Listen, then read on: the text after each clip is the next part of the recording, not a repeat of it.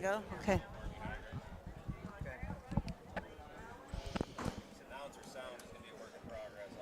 Okay.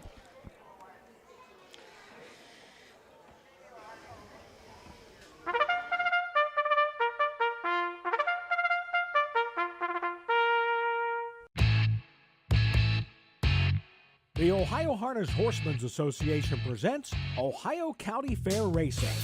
Ohio County Fair Racing is presented by the Ohio Veterinary Medical Center, Big D Tack and Vet Supply, Dublin Valley Farms, Stable.ca, and Midland Acres.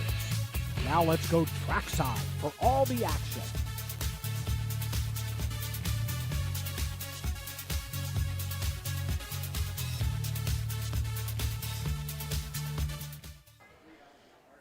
Good afternoon, racing fans, and welcome to the harness races here at the Wood County Fair in Bowling Green, Ohio.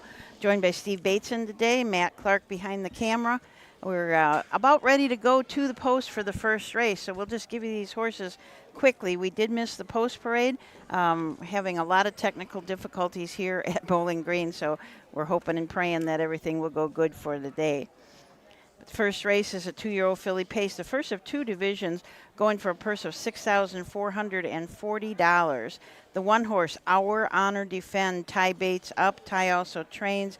Suzanne Bates and Cedar Point Beach Racing are the owners.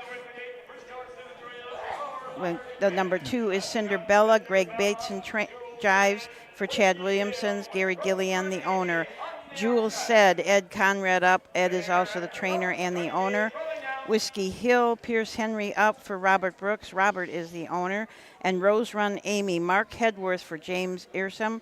And this is owned by Dental, Rufinock, Roth, and Banky. So the horses are headed into the turn. Let's turn it over to Bill Peters, our announcer.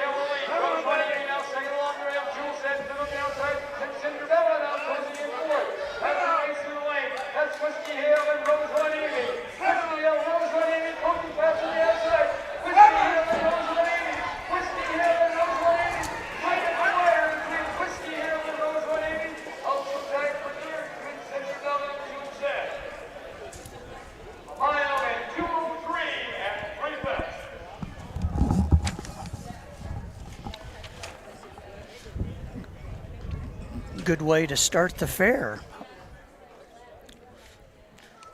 Mile in 2:03 and 3, back half in a minute and 1/5, and it was definitely a photo for finish between Rose Run Amy the 5 and Whiskey Hill the 4. Yeah, I kind of eyed it that Whiskey Hill got it, but you're right. It was very, very close. Good thing that the Lynn Scott photo finish is here. We've been needing them a lot this year. Yes. Very competitive fair races this year. If you look at the results, you don't have as many runoffs, multiple horses right there at the line, which is always good for the fans. But beautiful day here at the Wood County Fair, Bowling Green, Ohio. We joined the broadcast a little bit tight on time, and Bowling Green is a technical nightmare. You called it right, Whiskey Hill, back to the winner's circle. But Matt Clark is a genius at figuring out all technical glitches, and once again, we are on the air, and we've got an in-house broadcast going on as well, with at least one large screen TV showing the broadcast.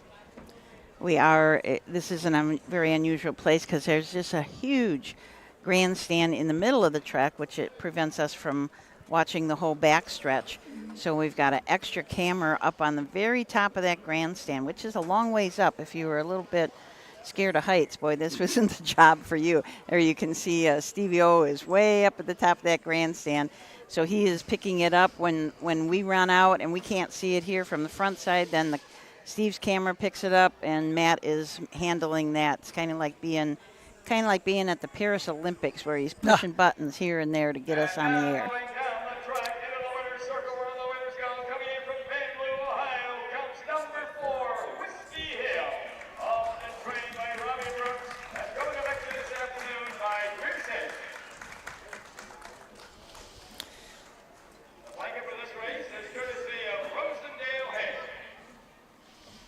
Got a little winter circle display there with a few plants and some mulch. Robbie Brooks is having a tremendous fair season, isn't he? Yes, absolutely is. Oh, and a kid on the seat. I love to see the kids on the seat.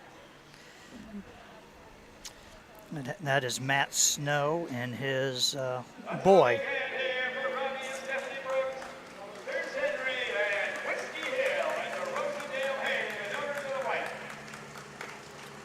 Okay, we do realize that you're probably not getting the announcer really well, so after we hear the results from Bill, then we'll get you the rundown in case you can't hear it really well. We just but we got the odds board up. Wow. How $50? Wow. Wow. All I can say is wow, because $2 across the board returned $61.80 on the 4-horse, which I would have said, in my opinion, would have been the favorite or the second favorite, but obviously it wasn't. 4, 5, 2 were the results. Top down, Honor Defend was 5. Cinderbella was 3. Jewel Said was 4. Whiskey Hill was the winner, and Rose Run Amy finished second.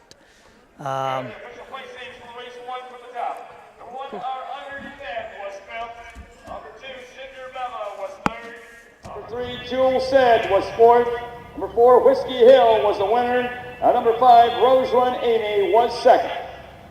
Time of the first quarter was 31 3/5. The half was in 103 2/5. The 3 quarters in 132, with a mile in 203 3/5. From the top it should read 5, 3, 4, 1, 2 on the bottom. A mile in 203 3/5. First lifetime win for Whiskey Hill.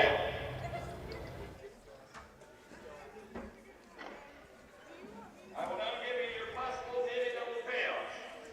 No one wagered on number 4 in the first and number 1 in the second. Number 4 in the first, couple number 2 in the second. Now I can't hear him.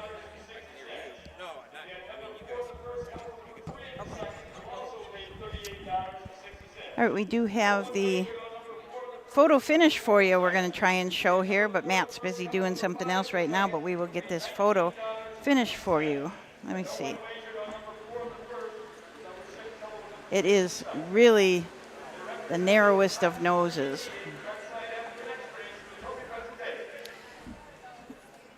Four is on the inside, 5 is on the outside, and it is very tight. As you can see, I would say separated by, This way. and hold it still there, by about an inch.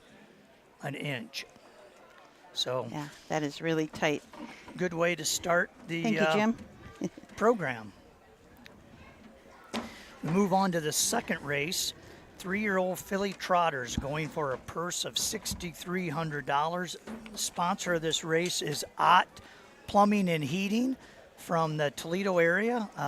Ben Ott owns a few racehorses. His dad owned racehorses for a number of years, and great to see Ott Plumbing and Heating as one of our sponsors today.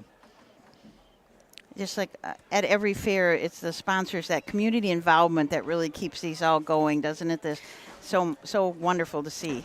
Right, that's the sponsors pay for the trophies or the blankets, and they also help offset the cost of the program and make for the opportunity for the fair to maybe be a little more profitable by having that sponsorship. And a lot of these sponsors either are involved in harness racing or would like to be involved, and nice to see that they step up and help here at the Wood County Fair. We'll try to mention those as the broadcast. Rosendale Hay was the first race sponsor, and they sell a lot of hay and straw to local horsemen in the Wood County area, not only for race horses, but also just general pleasure horses and show horses.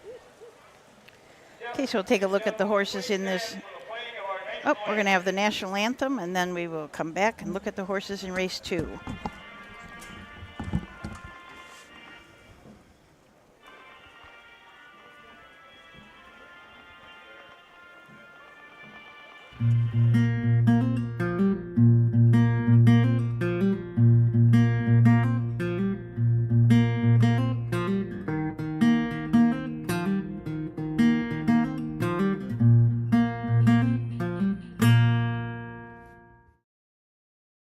The history of the Wood County Fair held in Bowling Green, Ohio is anything but bland. Since the first fair in 1851, the Wood County Fair has seen several trials, tribulations, and wild attractions. The fair didn't see much stability in its early years, jumping from location to location. Aside from prize steers and homemade quilts, they held attractions unlike any other. Some records show that Wood County was a top-attended fair, with horses and buggies lined up just to pay the family's entrance fee. The H.G. Heinz Company even pressured the fair to change their date to avoid conflict with the tomato harvest. The famous ketchup company couldn't find enough employees to show up for work. From early on, harness racing was a featured event. Local newspapers reported that standardbreds packed people into the grandstand like sardines. Trotters and pacers weren't the only animals to ever hit the racetrack, though. In 1962, ostriches pulled drivers and sulkies. Today, the Wood County Fair hosts 2 days of harness racing as members of the Ohio Fair Racing Conference. The roots of harness racing are born at the county fair. For over 150 years, people have gathered to watch horses battle it out for fame and glory. Catch the thrills this summer at an Ohio Fair Racing Conference county fair. The OFRC races at 22 fairs in 20 Ohio counties. Trotters and pacers put it all on the line to be called the best in the Buckeye State. The Ohio Fair Racing Conference, where the path to greatness begins.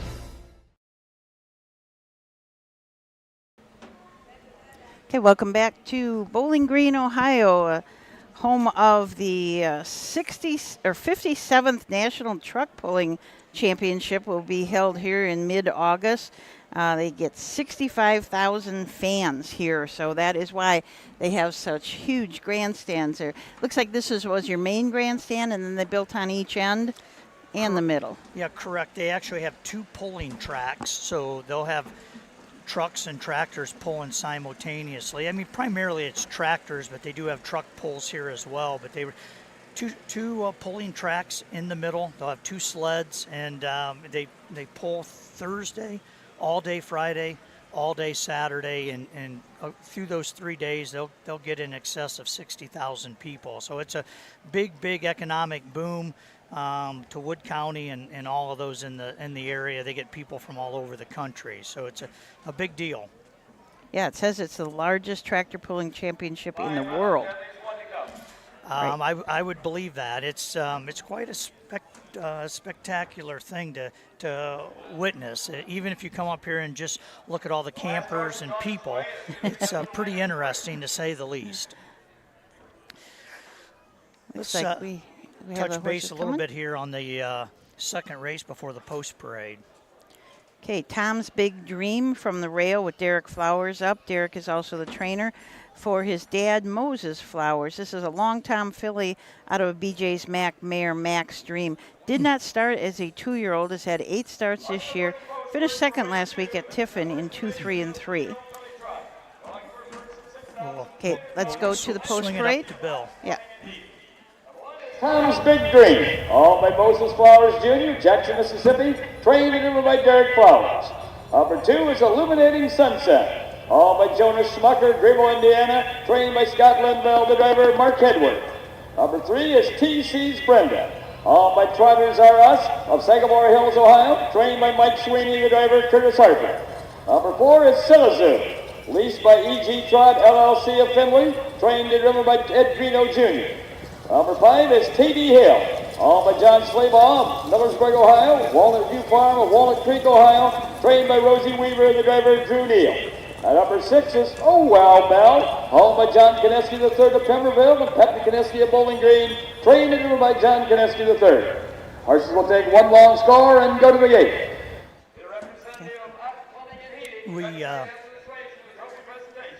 We left off with the 2-horse Illuminating Sunset. This Storm and Norman filly is trained by Scott Linville, driven today by Mark Hedworth.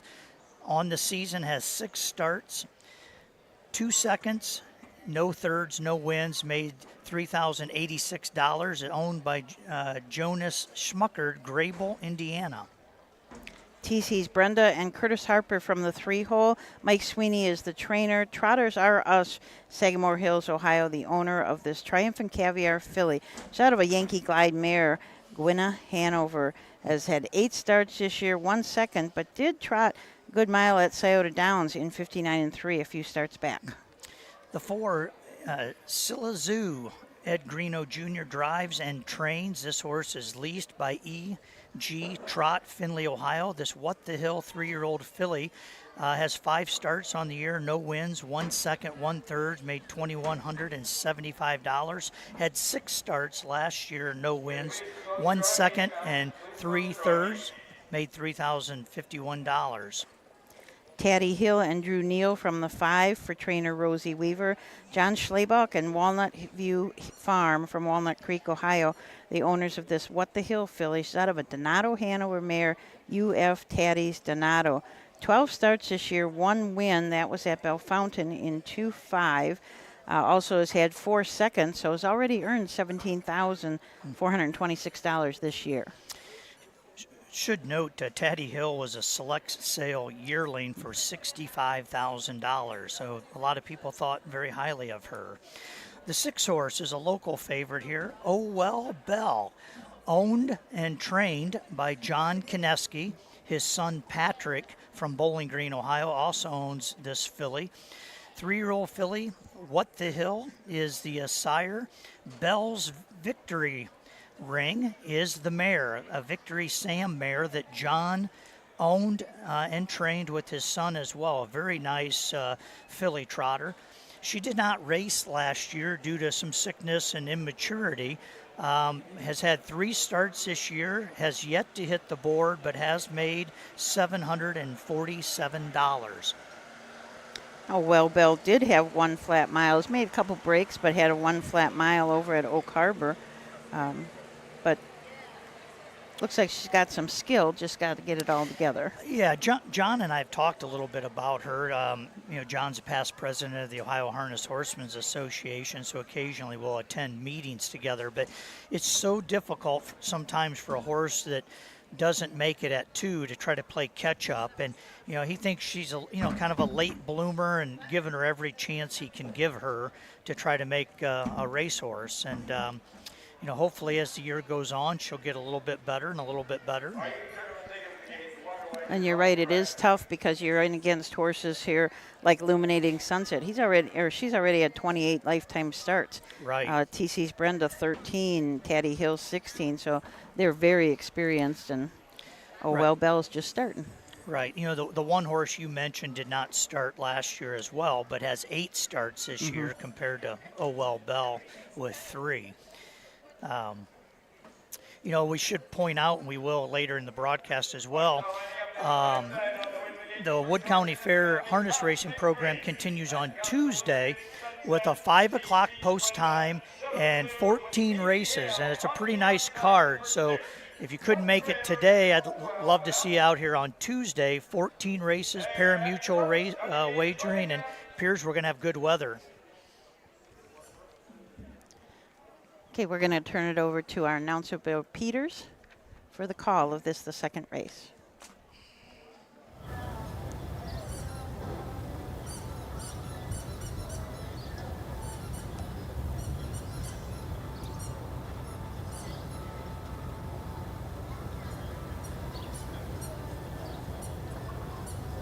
Here they come.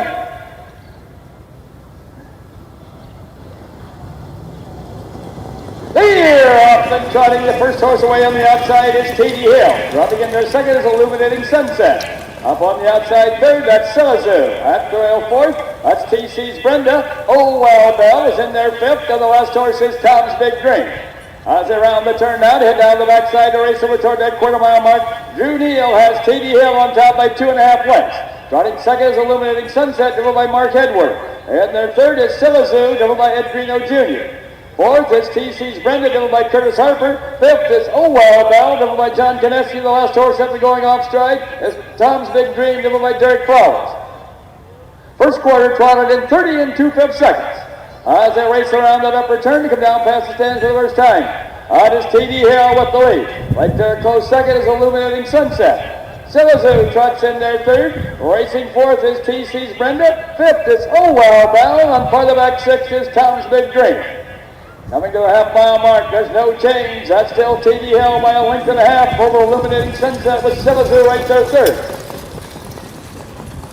First half trotted in 1:01 4/5.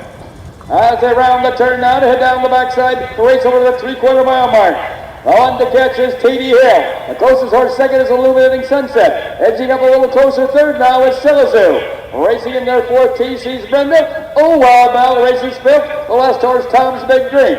Going to that 3/4 mile mark now, T.D. Hill shows on top by 2.5 lengths over Illuminating Sunset with Silazoo on the outside third, TC's Brenda right there fourth.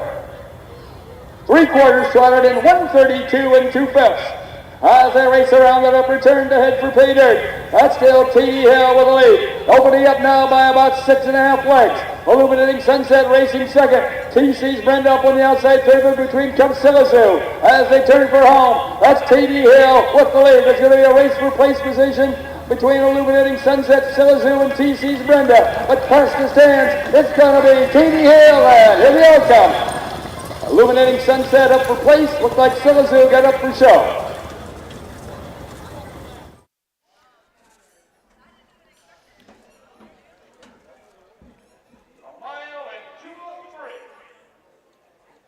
You say 2:03? 2:03. That ties the track record for 3-year-old filly trotters. That ties the track record. Track record, I know it well because I own the horse. Oh. 2006, Ooh. Azari, a humorous Harry out of an Arnie's Exchange, but Azari, Lee Newcomer trained it. Chuck Peters drove it. 2:03, so he tied the track record. Well, that is a long-held track record, too, 2006. That's, 18 years? 18 years that thing stood. I think it's one of the longest. Not quite. Well, yeah, it is the longest standing. No, I take that back. Oh, it is. Yeah, it's the longest standing. No, 2-year-old filly pace was 2002. I'm sorry. Okay. The rest of these are relatively newer, but Well, we got Taddy Hill tying that track record in 2:03. Rosie Weaver Trains and John Schlabach, Walnut View Farms are the owners. Nice that you have a golf cart coming down yes, for everybody. it's not coming very fast, but it is working its way back. And Drew Neal's taking his time on Rosie Weaver's horse. The race for the win was not close, but the race for second, there were 4 of them across. Yeah. One of which was John Koneski's, which I think he was 4th or 5th, but we talked about getting more experience, and she was very, very game in that effort. And came right up between the horses at the finish. Creek comes number 5, T.D. Hill, owned by John Schlabach, Walnut View Farm, trained by Rosie Weaver, driven to victory this afternoon by Drew Neal, and that mile of 2:03 equals the track record here for 3-year-old filly trotters set by Azari back in 2006. The blanket for this race is courtesy of Hot Plumbing and Heating.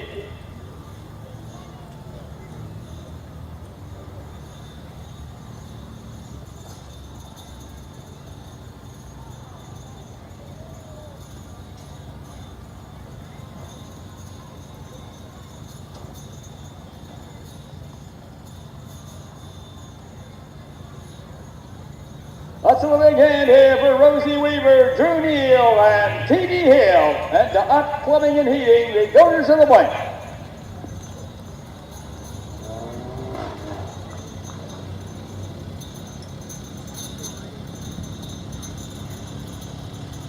Okay, well, all the way up. We have the payoffs. $8 to win, $2.20 to place, $2.60 to show for the 5. The 2 paid $2.60 to place, $2.80 to show, and there was no show wagers on the 4. We had a trifecta that was 5, all paid $3, and the 2-5 Quinella, I believe, paid $3.60. The Exacta 5-2 paid $3.60, and our daily double was $19.20. The half was in 101 4/5. The 3/4 in 132 2/5 with a mile in 2:03. From the top it should read DNF 243 1 5 on the bottom. A mile in 2:03, equaling the track record for 3-year-old filly trotters. I would have to think that John Koneski is pretty happy with his filly. Like you said, she got in the mix of it, came right up between horses at the very finish, so was finishing really strong. Absolutely, and that's one of the things as a trainer. Yes, it's nice to win and do well, but when you put in all this effort, you like to see progress with the horse, and regardless of how it finishes in the rundown, if the horse made progress and improved, you feel good about it. And I know John will feel very good about that effort today. The filly stayed flat, didn't make any breaks, and was competitive at the line, digging, trying to get up there for a good placing. Absolutely. We had, I'm just gonna double checking in case you didn't hear that rundown, but from the top down, Tom's Big Dream did not finish, pulled off the track early. Illuminating Sunset second, TC's Brenda fourth, Silazoo third, Taddy Hill 1, and Oh Well Bell was 5th. Fractions were 30 and 2, 101 and 4, 132 and 2, and 203. So we're going to take a short break, and then we'll be back with race number 3 here from Bowling Green, Ohio.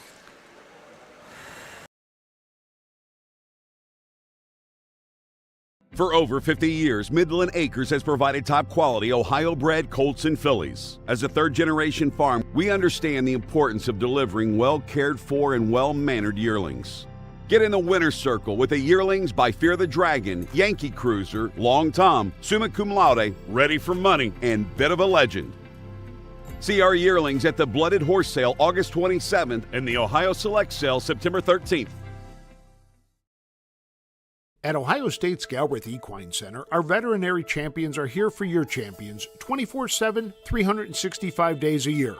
Our expert team of boarded surgeons, sports medicine and rehabilitation specialists, together with veterinary cardiologists, internal medicine, and ophthalmologists, make our hospital your best resource for all sport horse performance issues. The Ohio State Veterinary Medical Center's Galbraith Equine Hospital. Call us today at 614-292-6661.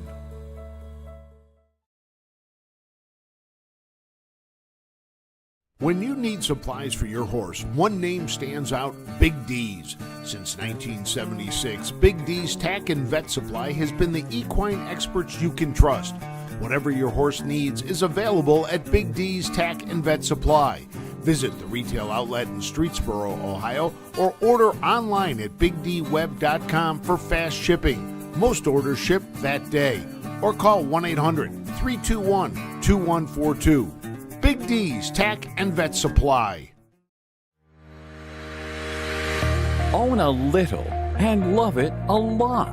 TheStable.ca is an award-winning fractional ownership operation. Buy as little as 1% of a racehorse and experience 100% of the thrill. TheStable.ca makes ownership easy, accessible, and affordable. Communication and customer service are at the heart of everything we do. Get started at TheStable.ca.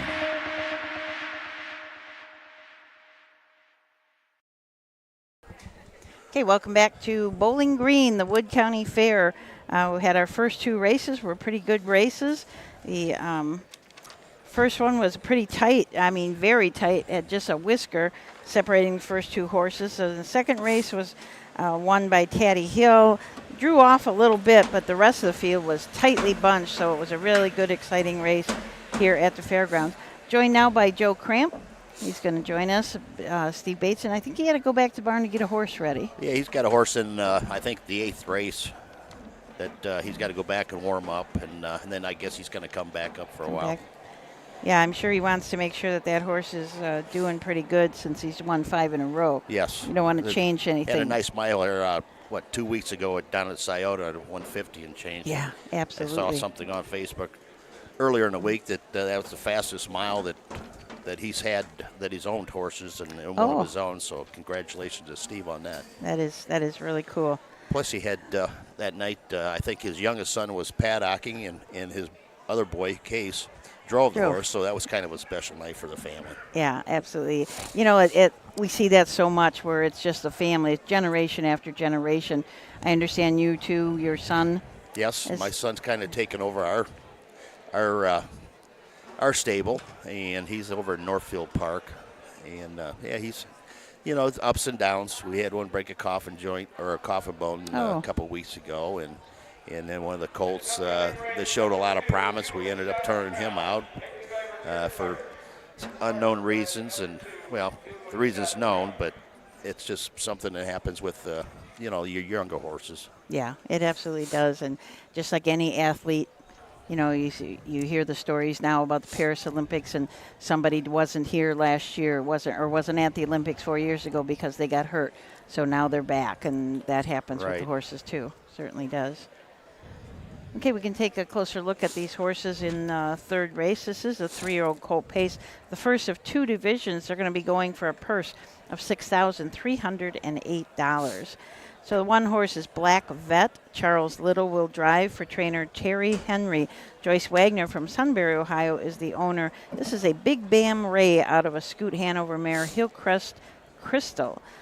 Joyce, who owns this horse, is also the breeder, so she must have had mom. This horse has just had 2 starts this year and also was very lightly raced as a 2-year-old with only 4 starts. Yeah, the 2 horse, Do You Want a Shot at Crown? Trainer Mike Sweeney, driver Pierce Henry. It's a well said out of a Keystone Raider mare. The owners are Patrick Sweeney, Delaware, Sean Sweeney, Juniper, Florida, Lamar Racing of Rockwood, Michigan. This horse looks like he's shown some good miles here on some good tracks, winning 59 and change, come back in 59 and 2. So he looks like probably leave out of there and probably control the race. It looks like he might be the one that's one to beat. So he ought to get a good trip in there. Number 2 is Do and a Shot of Crown. Owned by Mike Sweeney of Delaware, Sean Sweeney of Jupiter, Florida, and Lemmer Racing LLC of Rockwood, Michigan. Trained by Mike Sweeney, the driver Curtis Harper. Number 3 is I Want My Money. Owned by David Jury of Bucyrus, Ohio. Trained by Robbie Brooks, the driver Pierce Henry. Number 4 is Dragon Meat in the Sip. Owned by Henry Trimble of Byram, Mississippi. Trained and driven by Derek Flowers.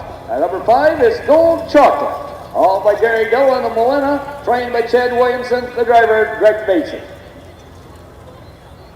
Horses will take one long score and go to the gate. Mutual windows closing in 4 minutes. Okay, we did have a driver change on the 2. Curtis Harper will drive the 2.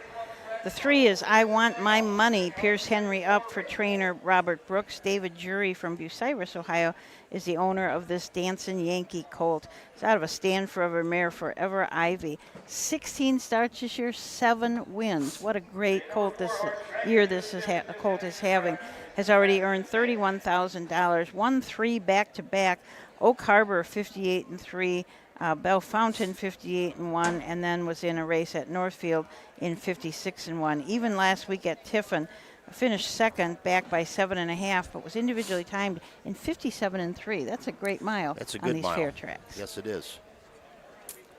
And the 4-horse Drag Me to the Sip, trained by Derek Flowers, owned by Henry Trimble of Mississippi, driven by Derek Flowers. This horse shows that last start he showed a good quarter of 30 seconds.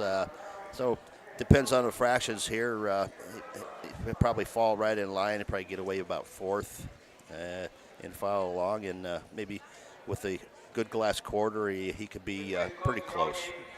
8 starts this year, no prior starts. Looks like it probably some kind of colt soreness or something from last year. You never know until you get them back to the track and see what they're going to be. And the 5 horse is another horse that did not start as a 2-year-old and only has 1 start this year.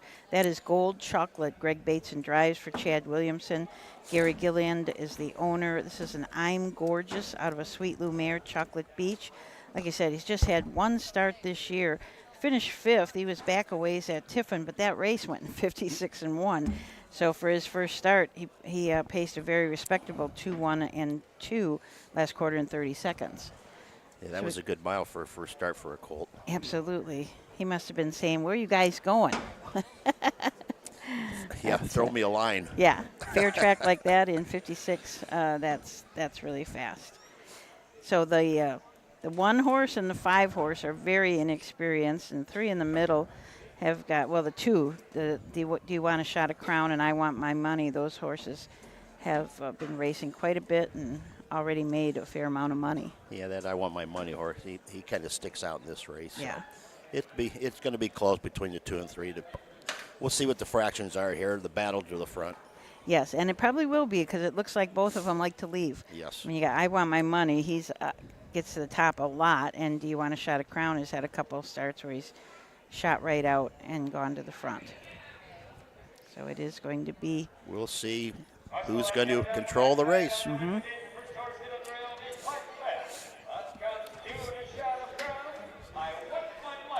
We're going to turn it over to Bill Peters, who is also on top of that huge grandstand in the middle of the track, as well as the judges, Charter, everybody's sitting up there so that they can get the complete view of the track. So we're going to turn it over to Bill for this, the 3-year-old colt pace, the first of 2 divisions.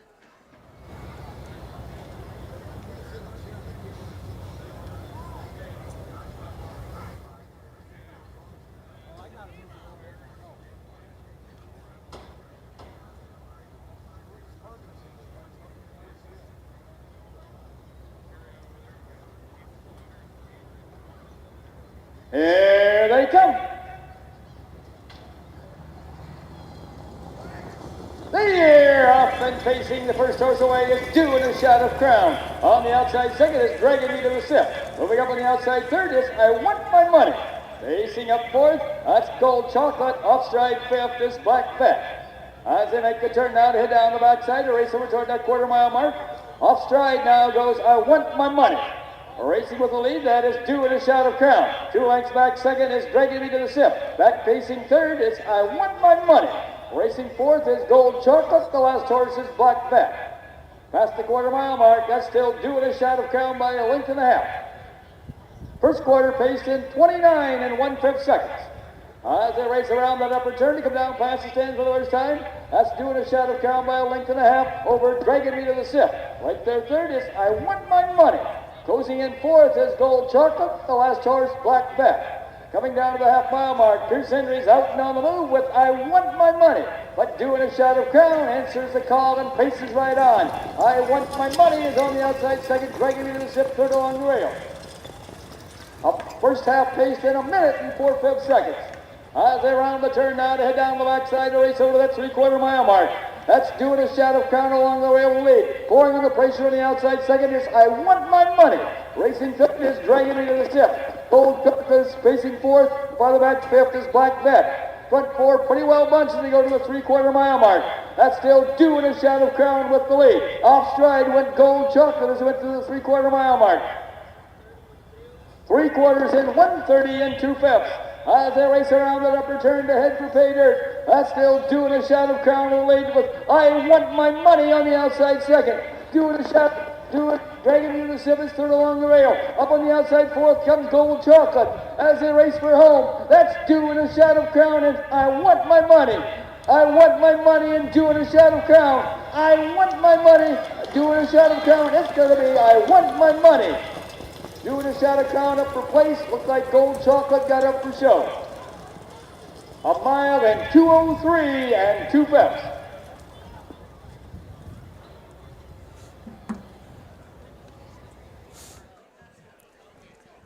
That was a heck of a mile by I Want My Money. Yes, it was. He made a break early and then was out before the half. Come out before the half and just sat out there and grinded it out. And Flowers, he left out there with a horse a little and got away nice. And I kind of thought that he would be close there too. So I mean, that horse raced good. Yeah, I mean that was quite an effort. They did come home a little slow. They came home in 33, but still it was a heck of an effort to be out that long after Right. making a break. Correct. Sitting out there and grinding it out like he did. Absolutely. We're going to have to wait for the rundown because I wasn't sure how they finished, except that I Want My Money won. Gold Chocolate made a break also in the mile. Fractions were 29 and 1, minute and 4, 1:30 and 2, and 2:03 and 2. So here comes I Want My Money. And now moving down the track into the winner's circle where the winners go. Coming in from Bucyrus, Ohio, comes number 3, I Want My Money. Owned by David Jury, trained by Robbie Brooks, and driven directly this afternoon by Pierce Henry. A blanket for this race is courtesy of Coy Painting and Residential Services.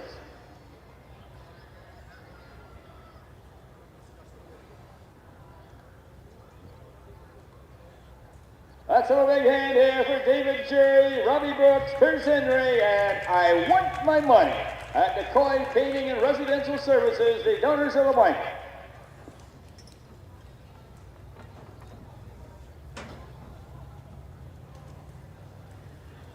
Horse wears quite a bit of rigging on its head. He's got one of those Shady Daisy. He's got Shady Jetteros. Daisy. Oh yeah, earplugs, tie down. So he might be a little headstrong. Yeah. Looks at a lot of things on the racetrack, especially when these colts go to different tracks and they see the Ferris wheel or the rides and people stand along the fence and things they're not used to. So it kind of gives them a little something that distracts that from looking at those things.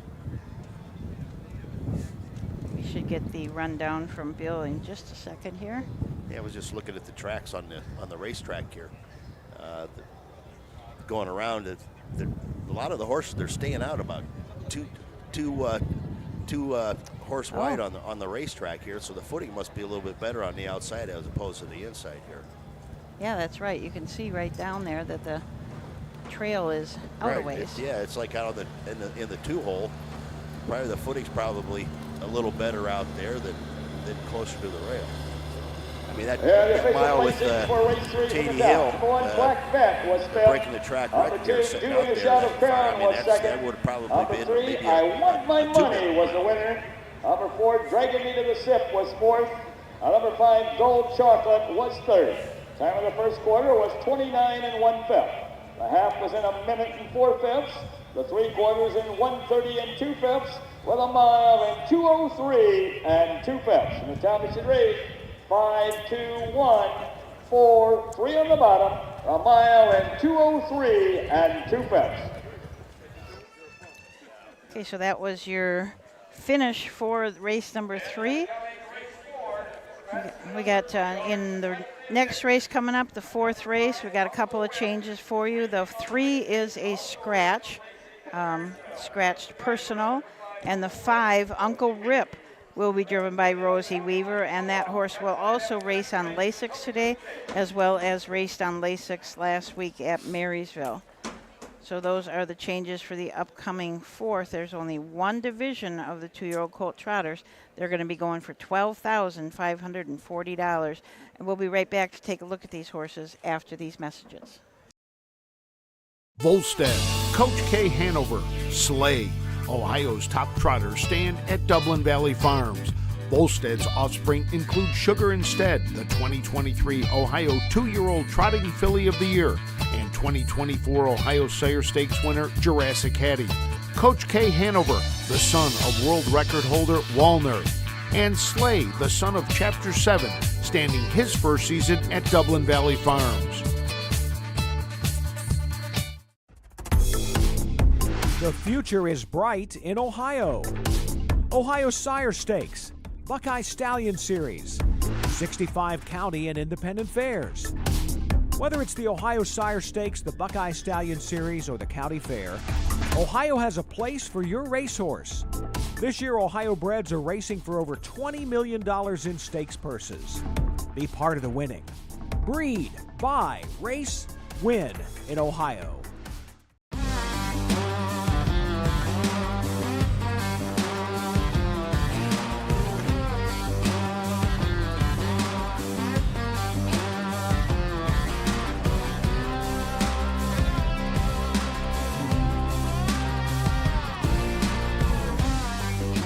Do you want your horse to shine in the winner's circle? Feed DAC Oil.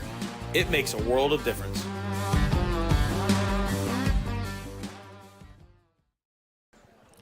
Welcome back to Bowling Green.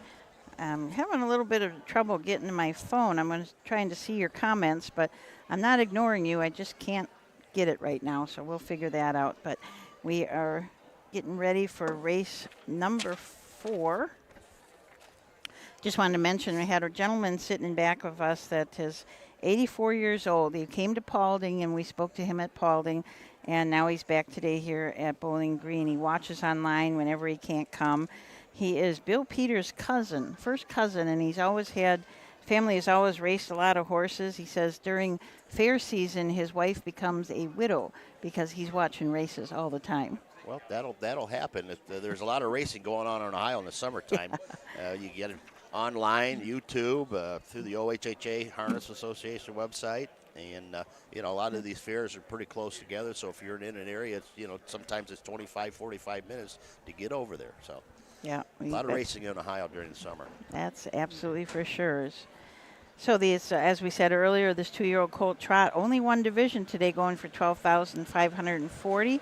So the one horse is Dr. Speed. Tom Moore Jr. is the driver, trainer, and owner. This is an Enterprise colt out of a DeJarmbro mare, Alania's Way. This horse was purchased at the Buckeye Classic sale for $11,500. Has had 5 starts this year, 1 second and a third. That second came at Ottawa, but the last 2 weeks he's trotted in 2-9, both at Oak Harbor and Tiffin. The 2-horse Spend the Prize, trainer Rosie Weaver. It's an Enterprise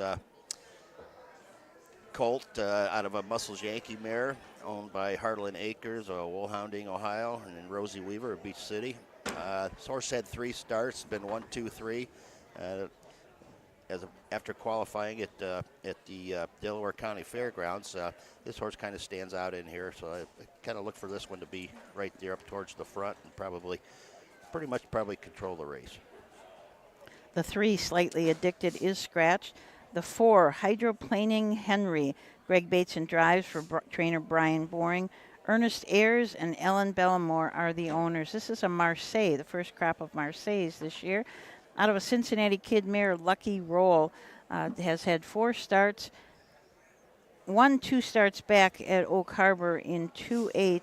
Last week at Tiffin, trotted in 2-6-1.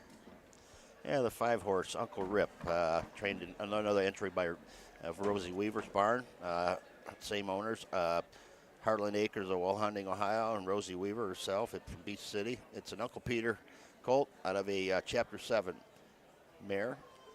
And it's last 3 starts. It's looks like it's a little sluggish. I know she's had some problems with some her grain, or the horse has got a little sick and so forth, but this horse may be coming back a little bit. Dublin's Date Night and Cody Greeno from the 6. Ed Greeno Jr., the trainer, and E.G. Trot, LLC, the owner. An enterprise that was purchased for $5,000 at the Ohio Selected Sale. It's out of a Cantab Hall mare, My Place Anytime. 4 starts this year, 2 seconds.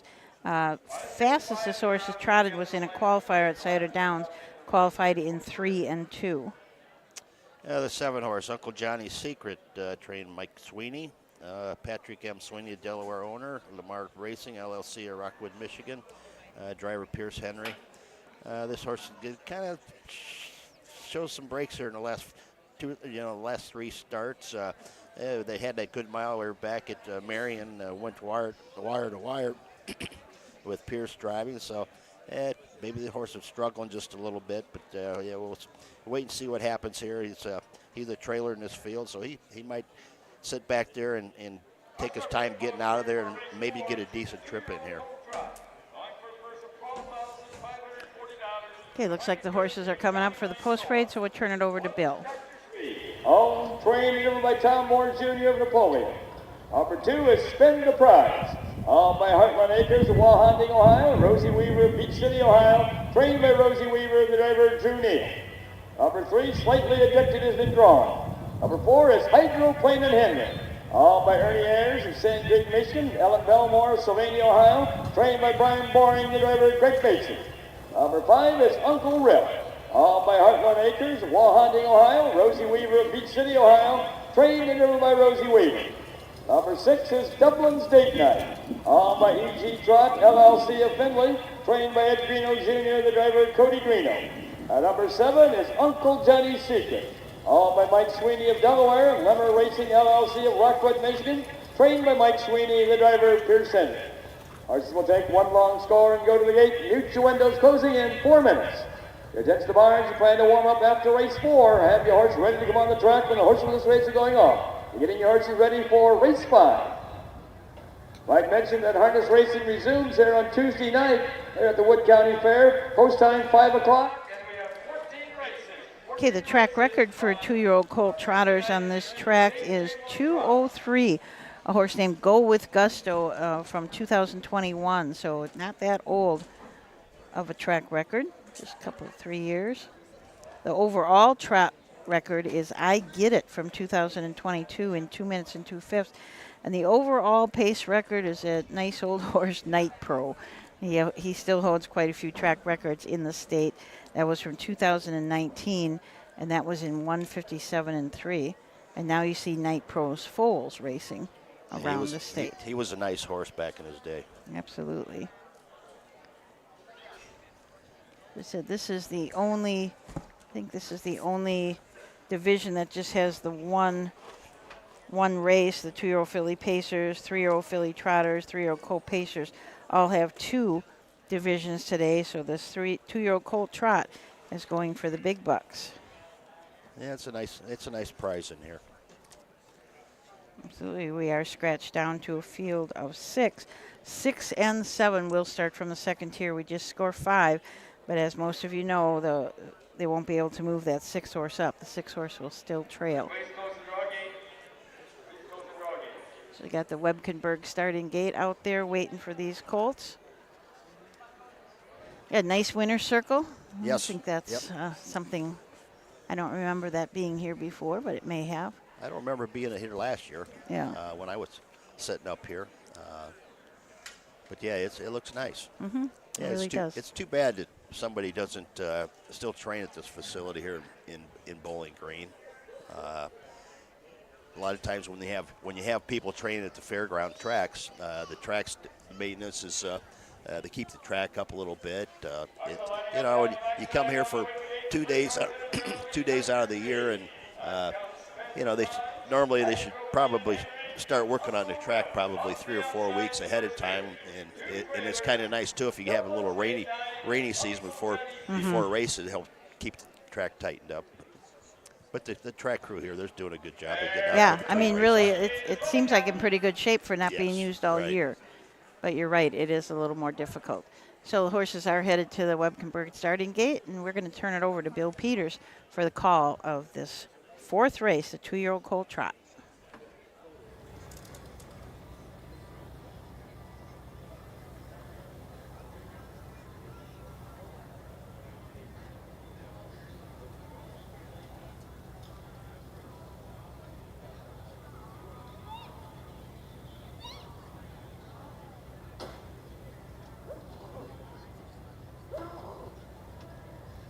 Here they come.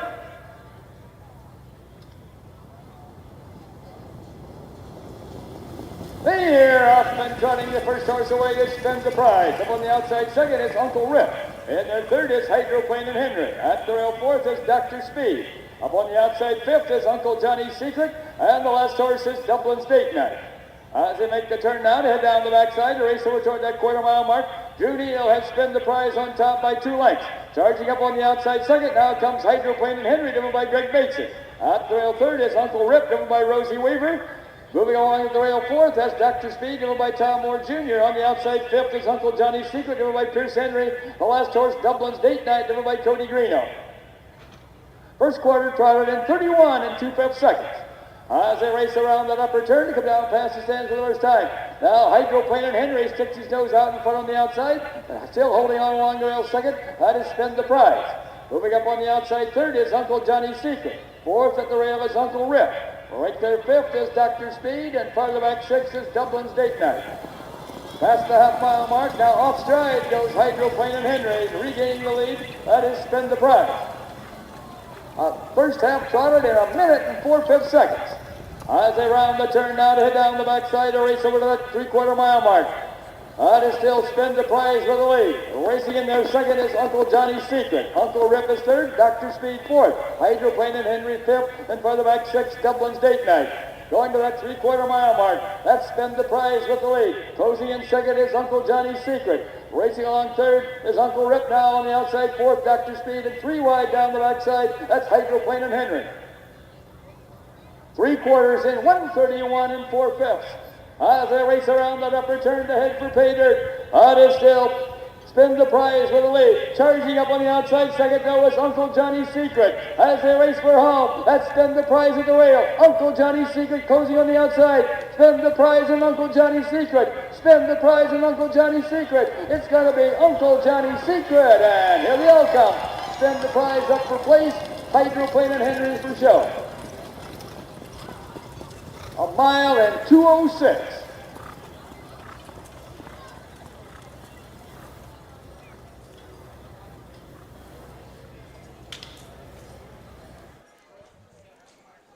Well, the babies got a little tired, didn't they? Yes, they did. That was a battle into the half. Both of them out there working each other over, going to the half there in a minute and change. And then finally, Greg's horse made a break right here, just right before the wire. And that first half kind of tired them all out.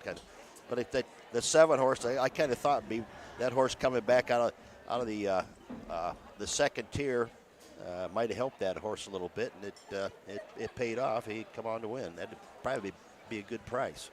Yeah, and stayed flat this time. Had made breaks both at Marysville and at Northfield in the Buckeye Stallion Series. So nice to see him get a nice flat mile this time. Yeah, I noticed when they left out of there going to the quarter pole, he was still out there in the 2-hole, just kind of trying to ease him through and letting him get into himself and So that was a nice braving up trip for that horse. Yeah, I'm not sure how far back he was, but he did come from back, so he came a better last quarter. Yeah, he was back there a ways. I thought that when we hit the half in 1:04 3/4 and 1:31 4, I thought we could have a new track record here I was for thinking two-year-old the colt same trotters. But as we said, they got tired. So here's Yes, they did. Yeah, these tracks being heavy and deep like that, it takes a toll on some of these younger horses. Number The 7, 2-year-olds. Uncle Johnny's Secret, owned by Mike Sweeney, Lemmer Racing LLC, trained by Mike Sweeney, and driven to victory this afternoon by Pierce Henry. Blanket for this race is courtesy of County Line Co-op.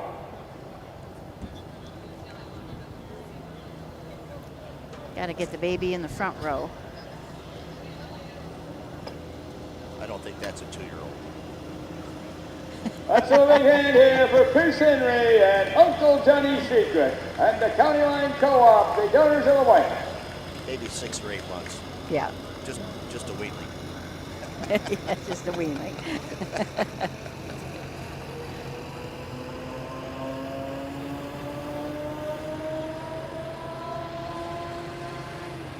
So we'll get that rundown from Bill.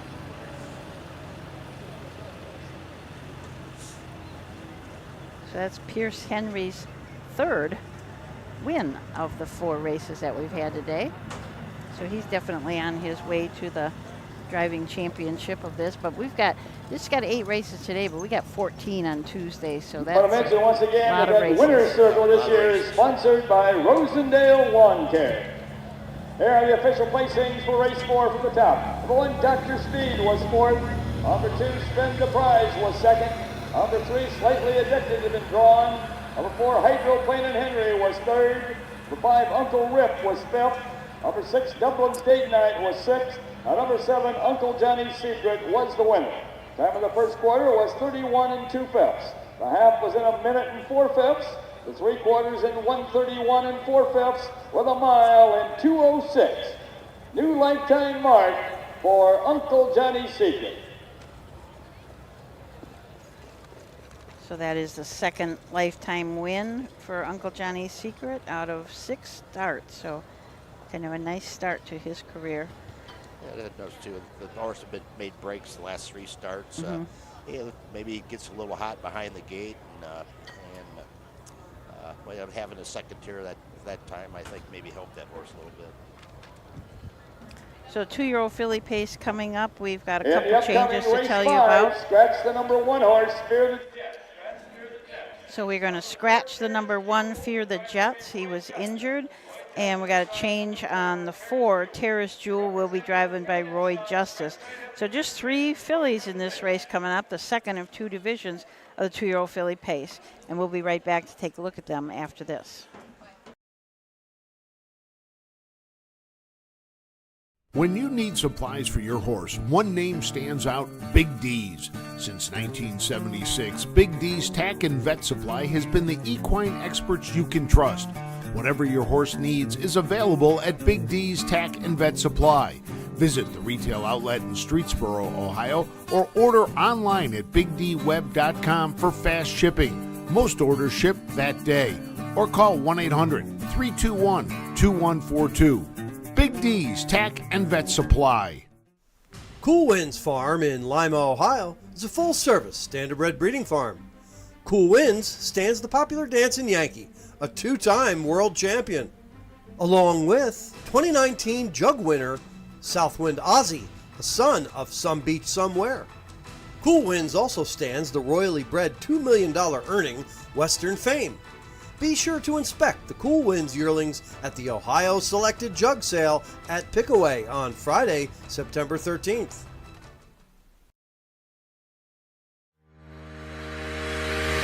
Own a little and love it a lot.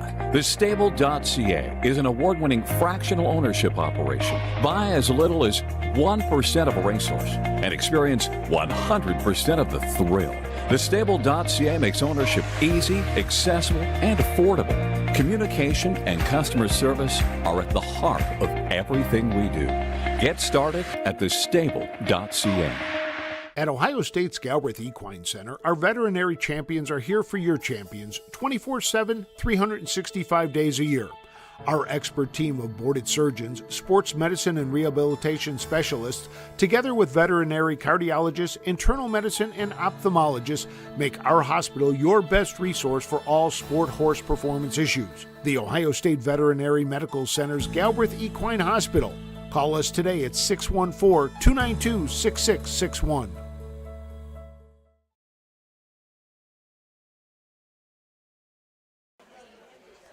Welcome back to Bowling Green, Ohio, the home of the world's largest tractor pull. Yes, it is. Every year, the roar, it's like the roar on the shore, but it's in Bowling Green. It must be loud. Yes, it is. When I stabled here, guys, they would start pulling in on a couple nights before the main event, get things ready, working on the track. So I mean, we were up at 3:30, 4 o'clock trying to get all these horses jogged and stuff so we could get off the track and before everybody started moving in the infield and so forth. And they've had stuff parked on the track, so it was kind of tough there for about 4 or 5 days. But yeah, we managed to get through it. Well, it must bring a lot of money into the area, that's for sure. It generates a lot of money for the city of Bowling Green with the hotels, the restaurants, and I would probably say 15, maybe 15, 60 million for the 4 or 5 day event. Wow. So well, I see they have 2,200 campsites, 65,000 people coming in, and they give out $250,000 in prize money, I read. So that's a lot of money to come to Racehorse. It's a big event here. Pulltown.com if you want to know anything more about it. That's where you can go, pulltown.com. We just heard the commercials, and they're talking about the sales already. We've got sales August 27th. That's just not that far away. Yeah, about another month. Yep, and September 13th. Just getting some of these babies started racing. Now we just got to think about buying yearlings. Yes, it's unbelievable when you start in the end of June with the 3-year-olds, and then July rolls around, and then it just seems like from July through the first part of October, it just seems like it goes so fast. Yeah. Because you're up and down the road. One day just leads into the next day, and so yeah, it goes pretty quick. Yeah, and then you've got to take time out. The trainers got to take time out to go look at these babies, the new babies that are coming up, these yearlings. I've already been down to Hickory Lane Farms there in Findlay. I rode down last weekend with Kevin Greenfield. Looked at some of the babies there. They just start bringing them in, prepping them for the sale, and they do a great job with their babies when they get them to the sale and so forth. So they do a great job. It's amazing. You look at the yearlings now at a sale, and so many of them look like older horses. They don't look like yearlings. Like 20 years ago, you could tell it was a yearling. It was kind of small, but now they are growing them so big, and they're just so good looking as yearlings. Yeah, that's true. When you buy a yearling at the sale, the next 5 or 6 months, I mean, they grow and they develop into a much larger animal, and a lot of them can handle that growth spurt. Some of them you got to take your time with them, back off with them, maybe kick them out for 2 or 3 weeks, to unwind. But it seems today even the gate, the trotters, the pacers very seldom. I mean, 1 or 2 days and you're jogging these things by themselves. Yeah.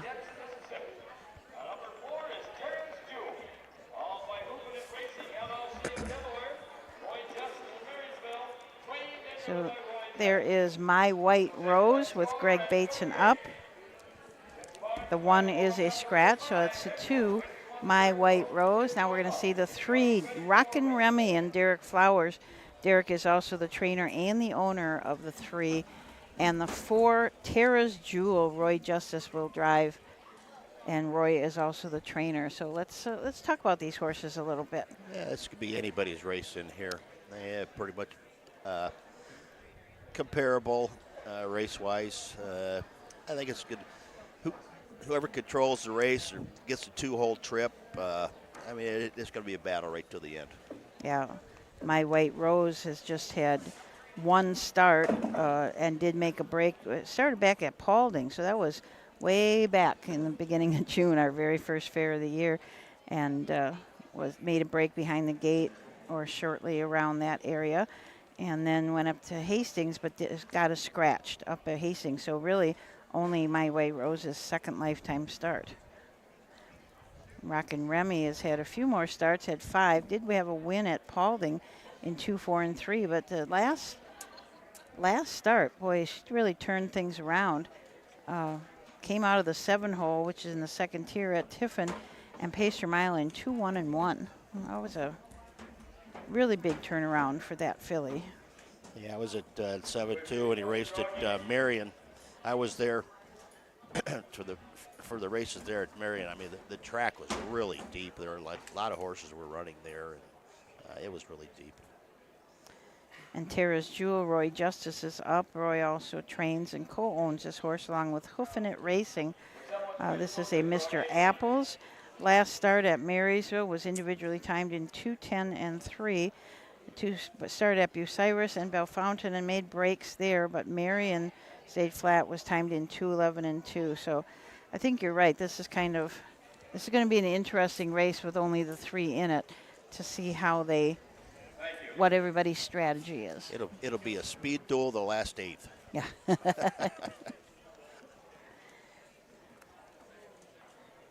And of course, as we said, Rockin' Remy does show some pretty nice miles. Won that mile at Paulding in 2, 4, and 3.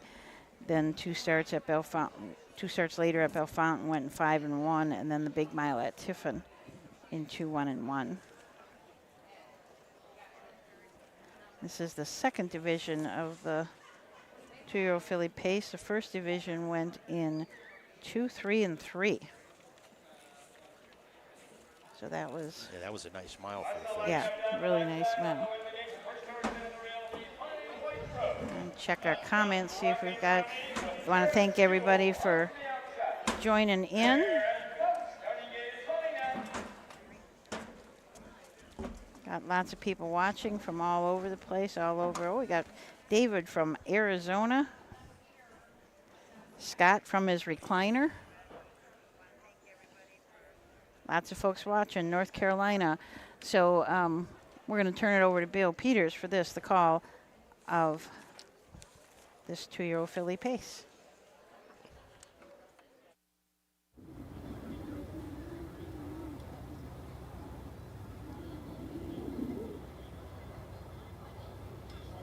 Here they come.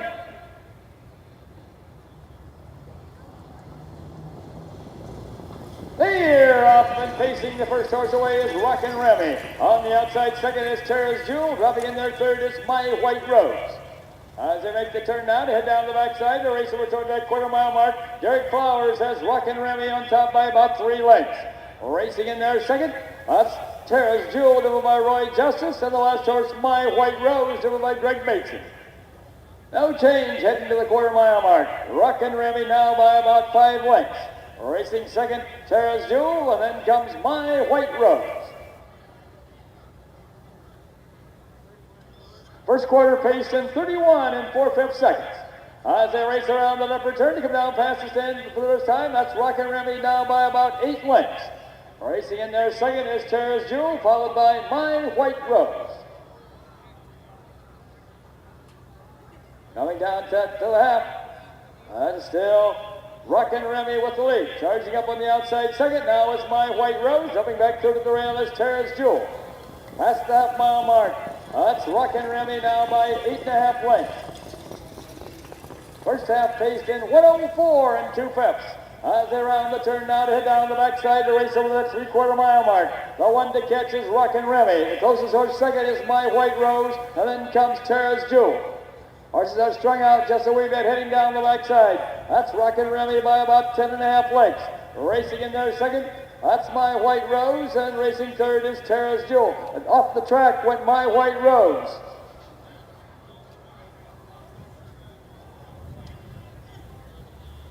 The 3/4 was in 134 and 3/5. As they race around that upper turn to head for pay dirt, that is Rockin' Remy all alone in the front end. Racing in there second is Tara's Jewel, and the last horse, My White Rose. But past the stands, it's going to be Rockin' Remy, and here the outcome.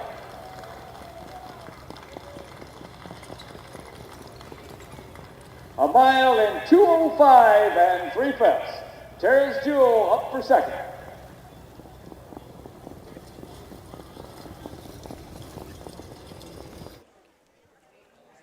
So Rockin' Remy, I can't even guess how much she won by. Well, distance. Distance, yeah.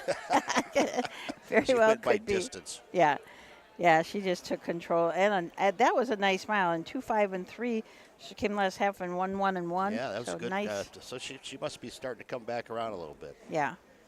She might have went. Well, there was a lot of sickness going through everybody's barns. I know at Northfield, and I'm sure these horses start moving around a little bit, and it takes a couple 2 or 3 weeks for some of these things to bounce back. Yeah. Just like kids going to kindergarten, first grade, and once you get amongst all these other horses, just like the kids, and they all get sick. They seem like they get that respiratory stuff. And when I coached high school hockey, I was around the high school kids all the time, and it seemed like somebody was sick all the time, and it just seemed like when I was around them, and I was kind of that way myself. Caught that, yeah. Get that bug.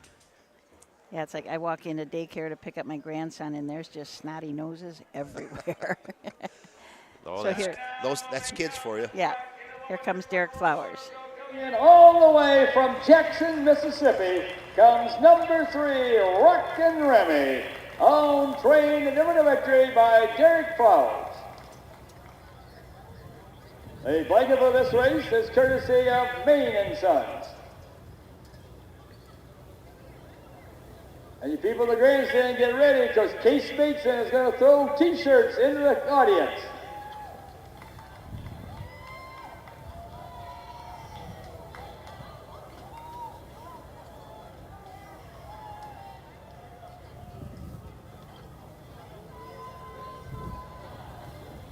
That's a big hand here for Derek and Ashley Flowers and Rockin' Remy and the Main and Sons, the owners of the blanket.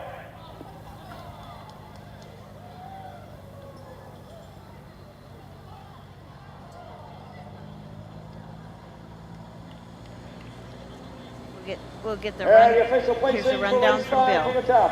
Number 1, Fear the Jets, had been drawn. Number 2, My White Rose was third. Number 3, Rockin' Remy was the winner. Number 4, Tara's Jewel was second. Time of the first quarter was 31 and 4/5. The half was in 104 and 2/5. The 3 quarters in 134 and 3/5, with a mile in 2:05 and 3/5. The top is in race, scratch 3-1-2, a mile in 2:05 and 3/5. Okay, there were your results for race number 5. Race number 6 coming up is the 3-year-old filly trot. This is the second of 2 divisions. We've got a purse of $6,300, 6 in it. No changes that I know about. We haven't heard anything. So we've got some nice filly trotters in here. A couple of big winners. Leading Star has already won 3 this year. Desert Haze 4. So we'll take a look at these horses as soon as we come back from our messages. Volstead, Coach K. Hanover, Slay, Ohio's top trotters stand at Dublin Valley Farms. Volstead's offspring include Sugar Instead, the 2023 Ohio 2-year-old Trotting Filly of the Year, and 2024 Ohio Sire Stakes winner Jurassic Hattie. Coach K. Hanover, the son of world record holder Walner, and Slay, the son of Chapter 7, standing his first season at Dublin Valley Farms.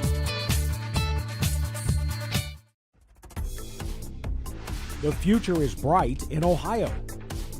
Ohio Sire Stakes, Buckeye Stallion Series, 66 county and independent fairs. Whether it's the Ohio Sire Stakes, the Buckeye Stallion Series, or the county fairs, Ohio has a place for your racehorse. This year, Ohio breds are racing for nearly $23 million in stakes purses. Be part of the winning. Breed, buy, race, win in Ohio.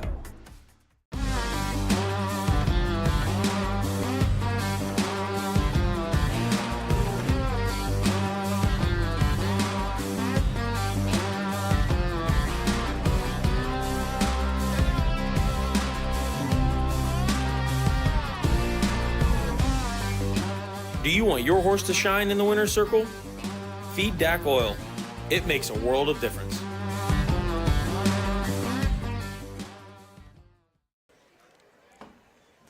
Hey, welcome back to Bowling Green, Ohio, the Wood County Fair. We've got 8 races today to bring to you, and we've got 14 on Tuesday. So if you're in the area and you come over on Tuesday, there'll be lots of entertainment here, and we have a couple TVs set up in the grandstand, so you can even see the backstretch right here in the grandstand. Right, it's really nice. Yeah, it's really nice. I got to give Matt Clark a tremendous amount. This should probably take like 5 people to run this, because there's wires everywhere. There's just so much for him to do. He was here at 8 o'clock this morning and we didn't really get hooked up and going until like 12:03. Right, so. I saw that. I was trying to catch it online when I was sitting back to the backstretch there, and sometimes it takes a while, but yeah, Matt does a real good job. Yeah. I mean, it's really great that they do this for the county fairs and so forth. The people, if they don't get a chance to make it to the fair to watch the horse, they can watch the replays, and it's really nice. Yeah, it was a great thing that we did when we had the year of COVID, and it's just been getting better and better ever since then. Yep. So let's take a look at the horses in this 6th race, 3-year-old filly trot. Katie Lago and Tyler Bates from the rail. Tyler's also the trainer. The owners are Joel Shivik from Woodville, Ohio, and Suzanne Bates from Gibsonburg, Ohio. It's a Uncle Peter filly out of an Andover Hall mare, Mar-a-Lago. 9 starts this year, has made $3,000. Been trotted in 2.5 at Bell Fountain, 2.6 at Circleville. So some nice miles at those 2 tracks. 2-horse, beautiful Sunrise. Pierce Henry drives and trains, part owner in Alan J. Miller, Fredericksburg. This filly's had 5 starts this year, 2 seconds, 2 thirds, a little over 3,500 made. It looks like she's a pretty consistent filly. Trotting right around 2.5, 2.6, pretty comfortable. The mile and 2, 3, and 4's last start, 2, 4, and 2. Shows a good last quarter, the last start in 30 and 3. So she looks like she could be right there, part of the ticket. Lead-in Star has really come around in her last 4 starts. Mark St. Louis will drive this filly for trainer Steve Novak. Gerald Mijal is the owner. This is a What the Hill out of a Cincinnati Kid mare, Cincy Star. 3 wins out of 12 starts this year, and those 3 wins have been in her last 4 starts. Last week at Tiffin, she won by 42 1/4 lengths. So that was, I see that it was distanced, but they did chart her out so that she could have an official time of 2, 2, and 4 there at Tiffin. Also won at Oak Harbor in 2, 1, and 2, and at Paulding in 2, 2, and 3. The 4-horse MS Enterprise filly, driver Drew Neal, trainer Rosie Weaver, owner Sharon Silcott of Orion, Ohio. 5 starts this year, 1 second, 1 third, and about 3,500 in purse money. Won this year. Seconds last start in 2.5. Shows a mile in 2.3 at Bucyrus, a mile at Northfield in 2.3 and 3. This filly, she stays flat, and I think Drew will probably give her a good trip. So I think she should be close. Desert Haze is another one that has been racing really, really well. Won her last 4 starts. Greg Bateson drives and trains. Hayter Stable and Greg Bateson are the owners. This is an Uncle Peter filly out of a DeJarmbro mare, Vegas Sunset. 11 starts this year, 4 wins. 1 at Oak Harbor in 7 and 4. Bell Fountain in 2.6. Marion in 2.7 and Paulding in 2.3 and 4. And Desert Haze is a half-sister to Hydraulic Hazel, who won 14 of 16 starts as a 3-year-old. 6-horse, I'm Too Cute. Driver Cody Greeno for Ed Greeno Jr. It's a long-time filly out of an Explosive Matter mare. 4 starts this year, 2 thirds. Shows some consistent miles last quarters, and shows a couple of good last quarters. So being in the 6-hole second tier, she might get a pretty decent trip. Followed behind probably looks like there's going to be a battle going to the front here. Yeah, I'm thinking that Leading Star and Desert Haze are going to be duking it out for that first position. And I don't think Pierce is going to give it up too easy either. Right, right. This could be one of those going down the quarters in 29 again. So here's the post parade. Let's join Bill Peters. By Joel Shevak of Woodville, Ohio, Suzanne Bates of Gibsonburg, Ohio, trained and driven by Ty Bates. Number 2 is Beautiful Sunrise, all by Pierce Henry of Lipsick and Alan Miller of Fredericksburg, trained and driven by Pierce Henry. Number 3 is Leading Star, all by Jerry Meigel of Westland, Michigan, trained by Steve Novak, the driver Mark St. Louis Jr. Number 4 is Ms. Enterprise, all by Sharon Silcott of Orient, Ohio, trained by Rosie Weaver, the driver Drew Neal. Number 5 is Desert Haze, all by Hayter Stables LLC of Temperance, Michigan, and Greg Bateson of Toledo, trained and driven by Greg Bateson. And number 6 is I'm Too Cute, all by E.G. Trot LLC of Findlay, trained by Ed Greeno Jr., the driver Cody Greeno. Horses will take 1 score and go to the gate. Mute your windows closing in 4 minutes. Against the barns, we're getting your horses ready for race 7. And will you please close the draw gate? Please close the draw gate down there.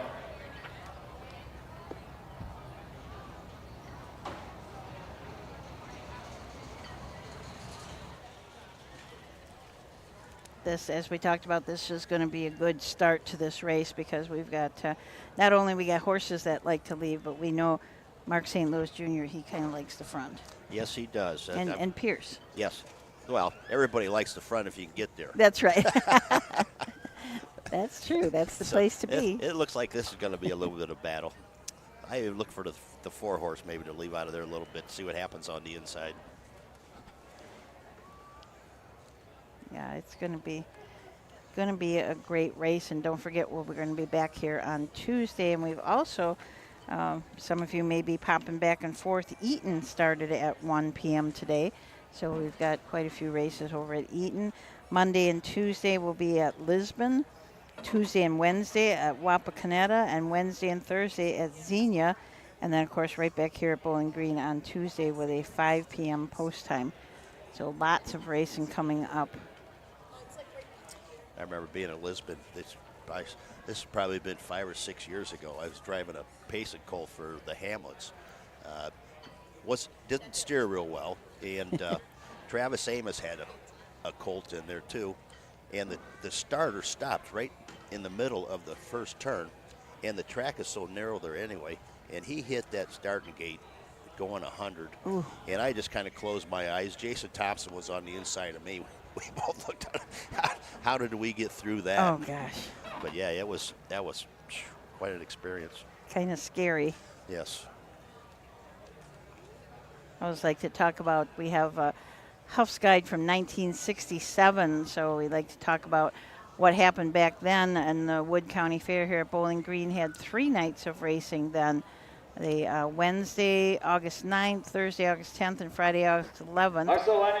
So they had, I think, NWOs at Northwestern Ohio, Colt Stakes. They had quite a few overnights also, non-winners of 1,000, non-winners of 2,000. So that was, yeah, it was the Northwestern Colt, Ohio Colt Racing Association. So a lot of history at all of these fairs in Ohio. Is just amazing. At that time, the track record was 2, 3, and 4 from Glad Rags. And 2, 7 on the trot from Chorus Queen. That was Ivan Sugg, Glad Rags. Yes. So horses are coming around the turn. Let's turn it over to Bill Peters.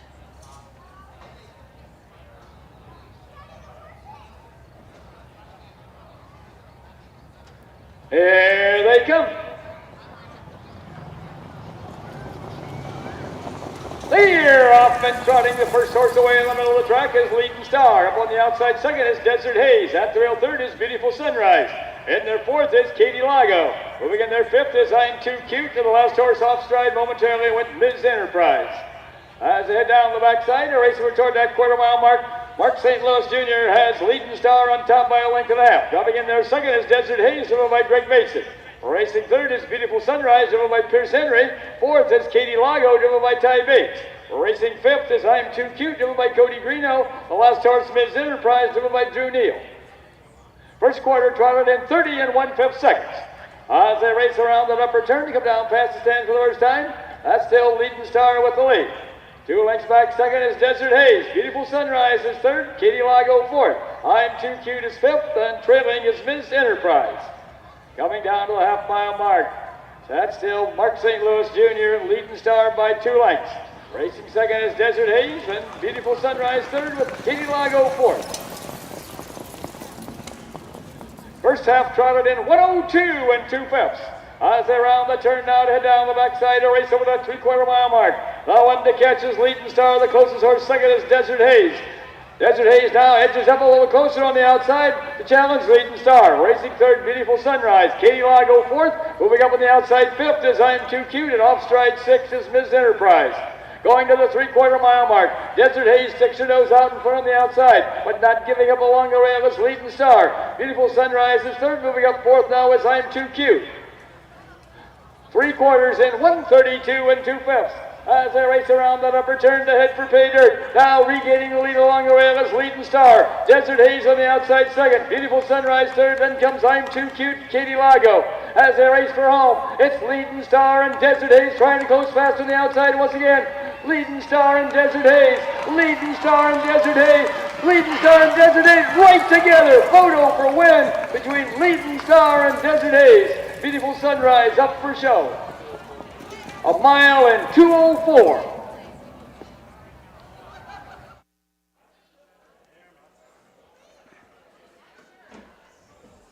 Great finish. Yes, it was. It was great pole line. Going to 3/4 pole there, sat there on the outside, and I think he might have got it. That was really hard to tell for me. I think I'm sitting right on the line, and We're set right here, but yeah. I kind of thought maybe Greg might have had him a little bit on the outside. I'm not sure, but we'll have to wait and see how the photo comes out. Yeah, absolutely. What a great finish. 1 mile and 2:04 off a half in 2 and 2. So nice last half. Yeah, you got a nice little breather there going to the half. I think a 32-second second quarter. Yeah. Yeah. Yep. And they rolled a little bit going to the third quarter. They went 30 and 1 or 30 seconds flat.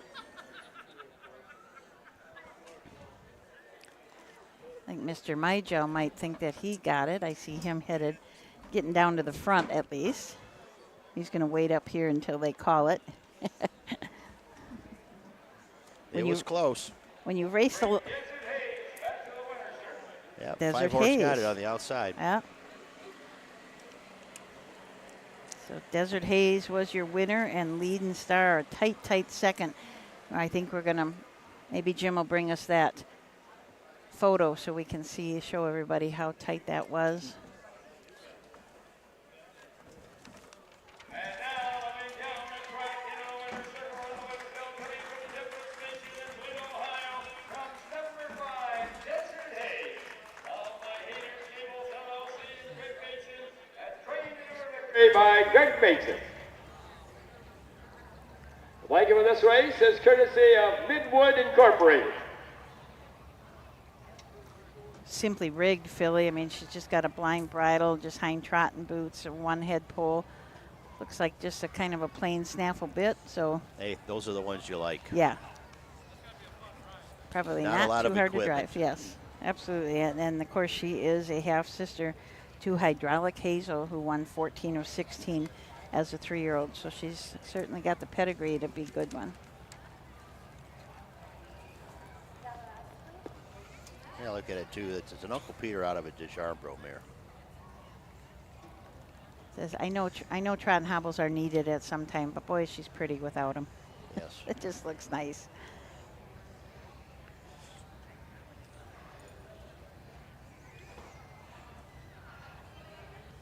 Yeah, for an Uncle Peter and being out of a DeJarmbro mare, I mean, she's kind of calm out there in the winner's circle, and plus she's a 3-year-old, so.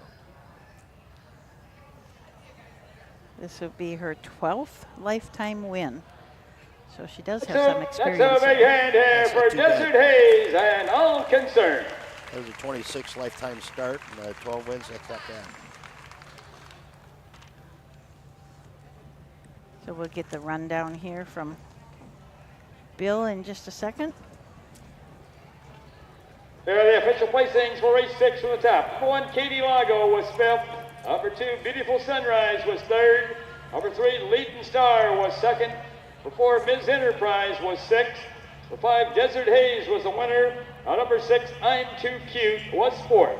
Time of the first quarter was 30 and 1/5. The half was in 102 and 2/5.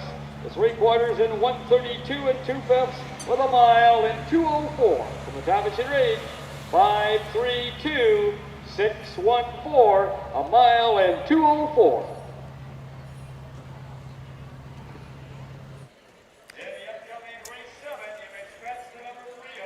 So the 7th race coming up is the 3-year-old Colt Pace, the second of 2 divisions. They're going to be going for a purse of $6,308.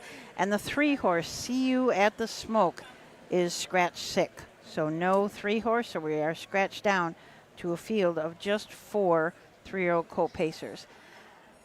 We're going to take a short break, and then we'll be back to take a look at these colts.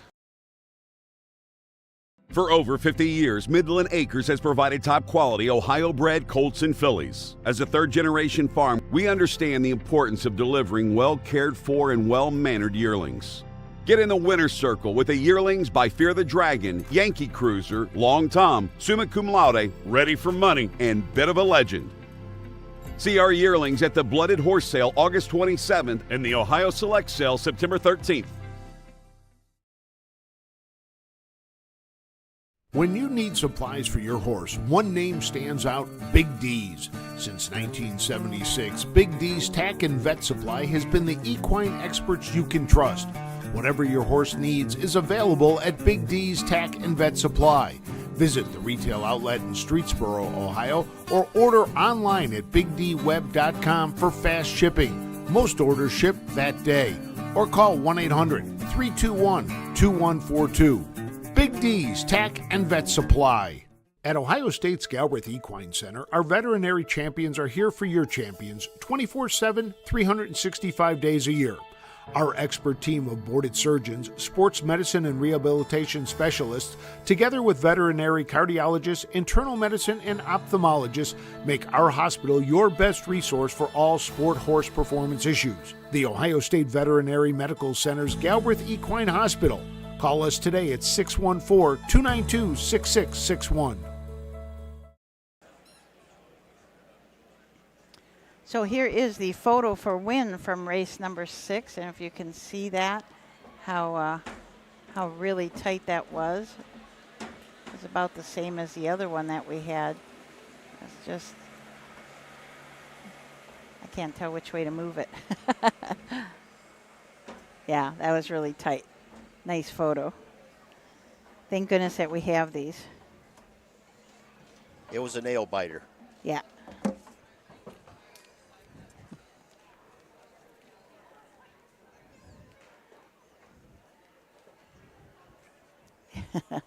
I thank Jim Ashman from Lynn Scott Photo, who's coming down and giving us these. It's always fun to be able to see him. So he'll. Yeah, the 7th race, Mike Lee's horse that See You at the Smoke. I was talking with him a little bit back there in the barn area, and it's horse. He says it's gone through their barn out there. He's at Ivan Suggs' place there in Deschler, and he said some of his have been sick a little bit too. So, like I say, this start moving around a little bit, it spreads. Yeah, it does, and we've had a couple of barns that have got some bad feed, and that made the horses sick too. So lots of things can happen to these horses, but luckily the trainers are all get that taken care of. You have to be part. Training isn't just seeing how fast they can go. There's a lot to that, that you have to take care of the health of all these horses. Yeah, you kind of notice that stuff in miles and stuff in their performance when they race. Are a little under the weather, and you start pulling blood and see what their blood work looks like. With Rosie's situation, it kind of fouled up their liver and their kidneys a little bit. So time and money to bring those things back around. So hopefully everything's up and up for her, and continue to have a good season this summer. So let's take a look at the horses in this 3-year-old Colt Pace. When they go to post parade, we'll stop so you can hear that from Bill, but we can get a start. Dance in Style and Mark St. Louis Jr. from the rail, Steve Novak, the trainer, Gerald Myjal from Westland, Michigan, who's just standing right down by us, is the owner. This was a $12,000 purchase as a yearling at the Ohio Selected Sale. He's had 4 wins this year out of just 11 starts. Last year was 10 for 15. I mean, that's really amazing to win 10 races out of 15 starts. Last year made $67,000, almost $68,000. Had a mark of 55-1 as a 2-year-old, and this year has last week was 3rd at Tiffin, but before that 1 at Oak Harbor, 1 at Marion, and at Paulding. I had 2-horse Rocket My Boxers, driven by Greg Bateson for trainer Terry Henry. Pet Rock gelding out of a DreamWorks mare, owned by Spurwood Farms of Marysville, Ohio. Couple starts back, shows miles in 54, 55, kind of consistent. Really good last quarters in 28 and change there. But this horse is going to be probably pretty competitive in this race. See You at the Smoke is scratch sick. The 4, E.A. Voyne, Pierce Henry drives for Russ Sutherland. Mike Raker from Fayette, Ohio is the owner. This is a bit of a legend colt out of a Big Bad John mare, Pistol Packin' Baby. Won his last start at Tiffin in 59 flat and has had 6 starts this year, earnings a little over $5,000. That 5-horse, I Sure Be Quick, driver Curtis Harper for Mike Sweeney. It's a Do That Again gelding out of a Fly Buckeye mare, owned by Patrick Sweeney of Delaware, Ronald King of Windham, Ohio, and Marion Beachy down there in Sugar Creek. Buckeye Classic sale for $7,000 purchase. Shows a nice mile at Marion and last start out in 2 minutes and change. A couple of good last quarters at these fair tracks too, and 30 and change. Okay, let's get the post parade from Bill. $1,308 in a blanket courtesy of Wind Supply of Wood County. Number 1 is Dance in Style, all by Jerry Michel of Westland, Michigan, trained by Steve Novak, the driver Mark St. Louis Jr. Number 2 is Rockin' My Boxers, all by Spurwood Farm, LLC of Marysville, Ohio, trained by Terry Henry, the driver Greg Bateson. Number 3, See You at the Smoke has been drawn. Number 4 is E.A. Voyne, all by Mike Raker of Fayette, trained by Russ Sutherland, the driver Pierce Henry. Number 5 is I Sure Be Quick, all by Mike Sweeney of Delaware, Ron King of Windham, Marion Beachy of Sugar Creek, trained by Mike Sweeney, the driver Curtis Harper. Horses will take 1 score and go to the gate. Mute your windows, closing in 4 minutes. Attention to the barns, we're getting your horses ready for race 8.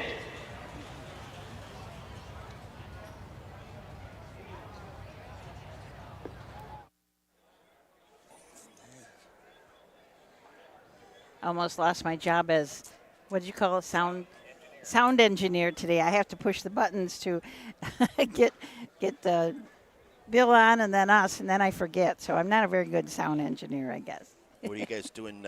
You found any eating places yet today, or have something in No. mind? Do you know about this fair? There's a place over here in the last turn, going out of the last turn. They've got they're called porcoloins. Oh. So they're really good. Yeah. So that's probably where I'm going to hit. That's it. I do remember that because I remember driving out and grabbing one on the way out. So pork loins in the first turn. Yeah. That's your. Coming out of the first turn. Yeah, it's a nice sandwich. That is your Joe Cramp fair food report for today. I think that Frank will be back maybe today or tomorrow, so we'll be getting some more of those Fraz fair food reports. So I'm just checking the. Mm-hmm. So I'm just checking to see where everybody's from. Ron Neal watching from PEI. We got Mississippi in the house today. So we got Terry Ross watching from Ocala, Florida. Jeff from Delaware, Ohio. Keith from Mississippi. We've got Wapakoneta. Lots of people watching us. So we're happy to have you joining us today. Yeah, shout out to Terry Roth. I haven't seen that guy for quite a few years. We used to battle back and forth on the fair circuit. I know he was from over around the Wauseon area. remember his father, Russell, that was in the business, and it was kind of a family thing with them. But, yeah, shout out to Terry.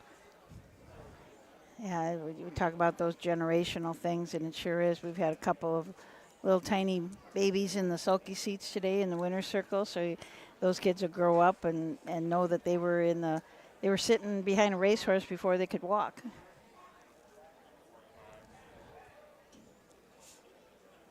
Looks like we're going to probably have maybe another little speed duel here in this race. Yes. Yeah, Dancing Style does like to leave. The one that was scratched really likes to leave. Well, there's a lot of ones in that horse. Yes, there is. Past performance. So okay, it looks like the horses are headed up behind the Webkenberg starting gate. And just mention a couple other of our officials here at Wood County. Tyler Burris is the speed superintendent. Cody Boehm, the track superintendent. Donald Besham is the speed committee member. Ryan Ratliff, our presiding judge. Bill Peters, race secretary, announcer, and clerk, of course, and Pam Weller, our charter. So let us join Bill Peters for the call of this race.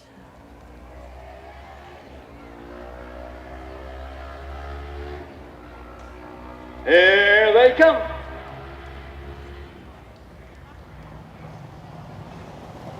There, off and facing the first horse away is Dancing Style. Moving up on the outside, second is Rockin' My Boxers.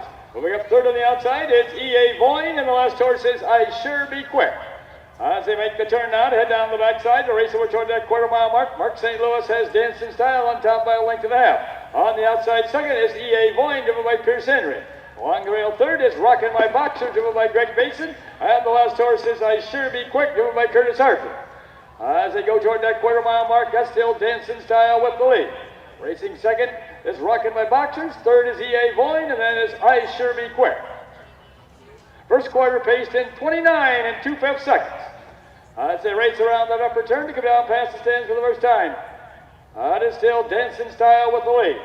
Right there, close second is Rockin' My Boxers. Now at the rail third is E.A. Boyne. The fourth horse is I Sure Be Quick. Horses are on straight alignment coming to the half. That's Mark St. Louis and Dancing Style bringing the horses to the half. Sitting in the gold chair second is Greg Bateson with Rockin' My Boxers. Third is E.A. Boyne with I Sure Be Quick right there fourth.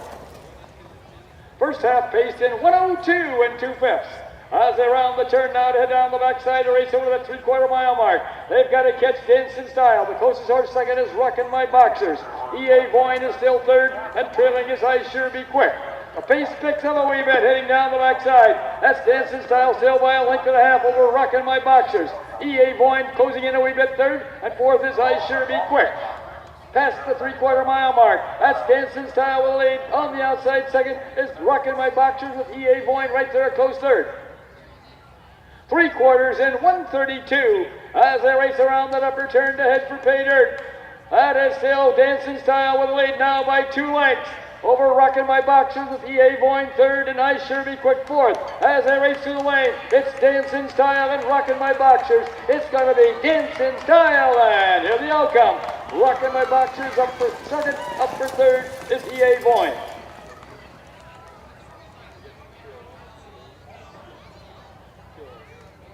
A mile in 2:01 and 3/5.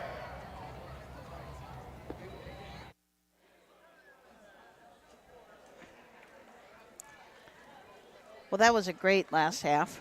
Yeah, Mark kind of got a little bit of a nice breather there coming to the half, and 33 second quarter, and then they started motoring a little bit going down the backside.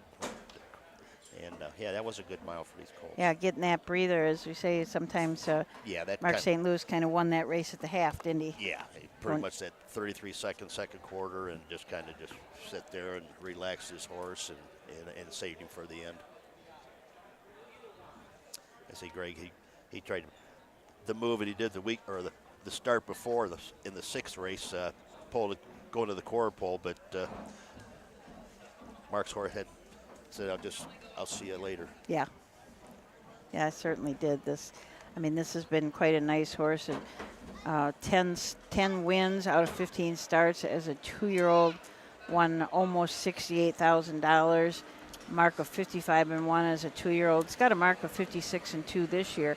at Northfield Park, and now he has won 4 out of his last 5 starts. From Westland, Michigan comes number 1, Dancing Style, owned by Jerry Michaels, trained by Steve Novak, and driven to victory this afternoon by Mark St. Louis Jr. The blanket for this race is courtesy of Wind Supply of Wood County. Coming into the winner's circle, which is sponsored by Rosendale Lawn Care.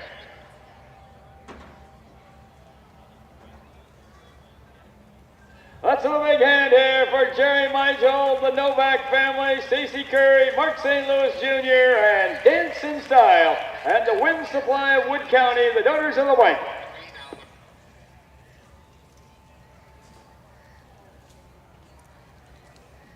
Okay, we'll wait for the final results from Bill.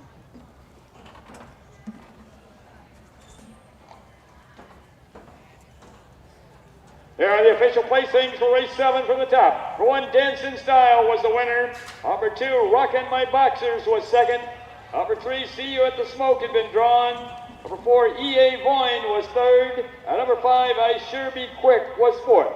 Time of the first quarter was 29 2/5. The half was in 102 2/5.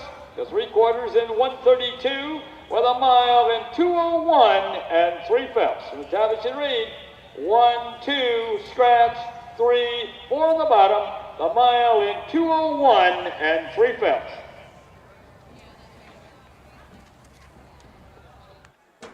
So that was your results from the 7th. I don't know if these people up on top of the grandstand are getting any breeze, because it's got to be hot up there. I see Stevie's got a little tiny umbrella there trying to get some shade, but it's got to be hot up there where all the judges, the officials are. They got a little tent, but I don't know how much it's helping. Yeah, they're what they're calling for 91 here today, I believe. Yeah, it is So pretty Hopefully warm. we'll be out here before that temperature reaches. Yeah. So the 8th race coming up is the Signature Series, the Sam Chamberlain Pace. This is a field of 5 going for $2,600. Sam Chamberlain Pace has been, was raced here in 2021. Catch Me Conrad won in 2 minutes flat. In 22 it was rained out, but in 23 She's All Jacked Up won the Sam Chamberlain Pace in 58 2. So we'll see who can win it this year, the 8th race. We're going to take a short break and then we'll come back.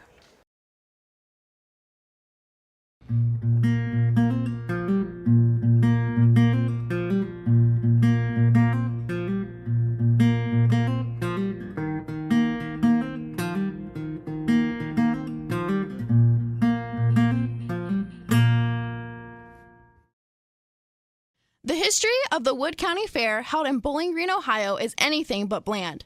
Since the first fair in 1851, the Wood County Fair has seen several trials, tribulations, and wild attractions. The fair didn't see much stability in its early years, jumping from location to location. Aside from prize steers and homemade quilts, they held attractions unlike any other. Some records show that Wood County was a top-attended fair, with horses and buggies lined up just to pay the family's entrance fee. The H.G. Heinz Company even pressured the fair to change their date to avoid conflict with the tomato harvest. The famous ketchup company couldn't find enough employees to show up for work. From early on, harness racing was a featured event. Local newspapers reported that standardbreds packed people into the grandstand like sardines. Trotters and pacers weren't the only animals to ever hit the racetrack, though. In 1962, ostriches pulled drivers and sulkies. Today, the Wood County Fair hosts 2 days of harness racing as members of the Ohio Fair Racing Conference. The roots of harness racing are born at the county fair. For over 150 years, people have gathered to watch horses battle it out for fame and glory. Catch the thrills this summer at an Ohio Fair Racing Conference County Fair. The OFRC races at 22 fairs in 20 Ohio counties. Trotters and pacers put it all on the line to be called the best in the Buckeye State. The Ohio Fair Racing Conference, where the path to greatness begins. Volstead, Coach K. Hanover, Slay, Ohio's top trotters stand at Dublin Valley Farms. Volstead's offspring include Sugar Instead, the 2023 Ohio 2-year-old Trotting Filly of the Year, and 2024 Ohio Sire Stakes winner Jurassic Hattie. Coach K. Hanover, the son of world record holder Walner, and Slay, the son of Chapter 7, standing his first season at Dublin Valley Farms.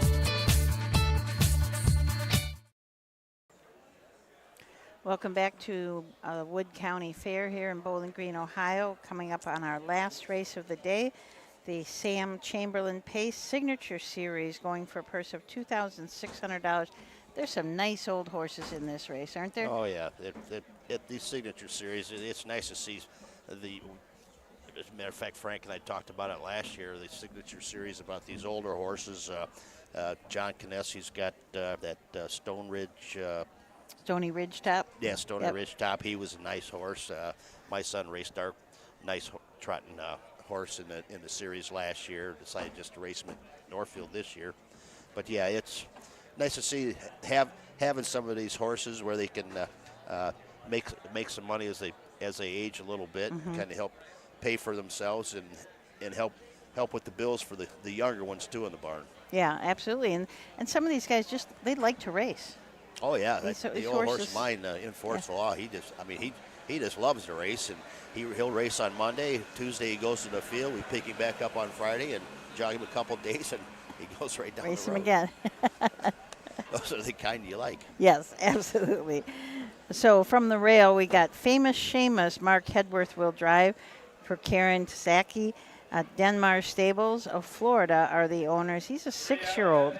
Has had 113 lifetime starts, 6 wins, 14 seconds, 16 thirds, $59,000 in earnings. A 3-year-old Mark, a 154-3 at the Meadows.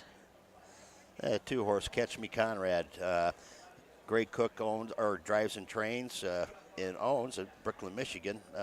This is a nice old horse.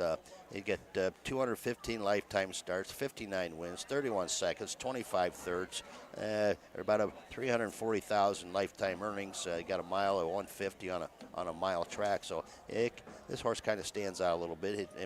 He's an old campaigner. He's 80 years old. By tell it like it is, out of a Mach 3 mare, which that doesn't hurt him at all. No. But yeah, he's a nice old horse. And he did win this race back in 2021, Catch Me Conrad. So PB's on fire, and Pierce Henry from the 3. Karen Zizek as a trainer again. DTS Racing Stable. This is a 9-year-old by Panther Hanover. 247 lifetime starts. 16 wins, 34 seconds, 36 thirds, 115 in earnings. A mark of as a 7-year-old. So just 2 years ago, took a mark at 155-1 at Northville. And a 4-horse Skyway Rocket Top. Driver Mark St. Louis Jr. For Roger Butera. Marilyn Bauer Butera of Northfield, Michigan owner. This kind of another nice old class horse here. They got a mark of 54-4 at Northfield. I watched this horse race at Northfield a few times. The lifetime earnings of about $144,000 out of 109 starts, so not too shabby there. 20 lifetime wins, 14 seconds, 16 thirds, and another nice little horse at a little ATM machine. Yes. So we're going to we'll go over Surfing in the Canyon and Case Bateson from the 5. Steve Bateson trains and owns. He's just a 5-year-old. He's had 82 lifetime starts, but he has won his last 5 starts in a row. Hanover by Western Hanover, owned by Denmar Stable of Florida, of Fort Myers, Florida, trained by Karen Takasik, driven this afternoon by Mark Hedworth. Lifetime earnings over $59,000, a lifetime mark 154 3/5. Number 2 is Catch Me Conrad. He's a big gelding, 8 years old by Tell It Like It Is out of Envy by Mach 3, owned and trained by Greg Cook of Brooklyn, Michigan, driven this afternoon by Cameron Keena. Lifetime earnings over $339,000, a lifetime mark 150 4/5. 3 is PB's on Fire. He's a brown gelding, 9 years old by Panther Hanover out of Dreams on Fire by San Domingo, owned by DTS Racing Stable LLC of Toledo, Ohio, trained by Karen Takasik, driven this afternoon by Pierce Henry. Lifetime earnings over $115,000, a lifetime mark 155 1/5. Number 4 is Skyway Rocket Top. She's a bay mare, 6 years old, by J.K. Indivanera, by Rock On out of Rock On by Rock and Roll Hanover, owned by Marilyn Brewer Butera of Northville, Michigan, trained by Roger Butera, driven this afternoon by Mark St. Louis Jr., lifetime earnings of $143,000, a lifetime mark 154 and 1/5. Number 5 is Surfing the Canyon. He's a bay gelding, 5 years old, by Canyon Win, out of Cruising and Surfing by Yankee Cruiser, owned and trained by Steve Bateson of Rudolph, driven this afternoon by Case Bateson, lifetime earnings over $135,000, a lifetime mark 150 and 3/5. Those are your horses for the 2024 Sam Chamberlain Pace. This is your final chance to wager this afternoon. So those are your horses. I was looking up the total earnings for these 5 horses is almost $793,000 plus, and they've had 766 starts between the 5 of them. So the average per start is $1,036, which is kind of nice. That's nice for a week. Yeah. Yes. Do that week after week. Mm-hmm. Surfing in the Canyon has the highest average per start earnings at $1,647, so $1,647. But Catch Me Conrad, I mean, he's 8 years old and he's still making $1,580 per start, averaging out. This is going to be interesting here. Looks like maybe another little speed duel leaving out of there with Greg Cook and Case Bates, and I think maybe they might be looking at a new track record here at the Wood County Fairs. Yes. That's kind of what I've got in the back of my mind here. That's kind of what I was thinking too. We forgot to tell you about the driver change on the 2-horse Cameron Keenan, I believe it is. Oh, the Cameron? Cameron is driving Catch Me Conrad, so that is. I got to say, it didn't look like Greg out there. Yeah. I said he looks pretty good for 70. And Cameron is probably a young guy? Yes. They go back to Sam Chamberlain. He played a big part in the Wood County Fair and was on the track crew for the week, getting the track ready for the horsemen. And he also played a big part in the getting the National Tractor Pull here. Oh. Well, it's a good thing that this is honoring him then. Sounds like he really deserves it. So we're going to turn it over to Bill Peters for the call of this last race of the day.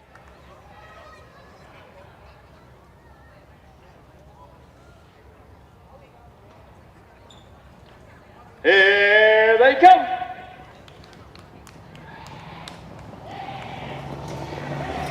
They're off in the Sam Chamberlain Pace. The first horse away on the outside is Surfing the Canyon. At the rail second is Famous Seamus. Up on the outside third is Skyway Rocket Top. At the rail fourth is Catch Me Conrad. And the last horse is PB's on Fire. As they make the turn now to head down the backside to race over to that quarter-mile mark. Case Bateson is Surfing the Canyon on top by 2 lengths.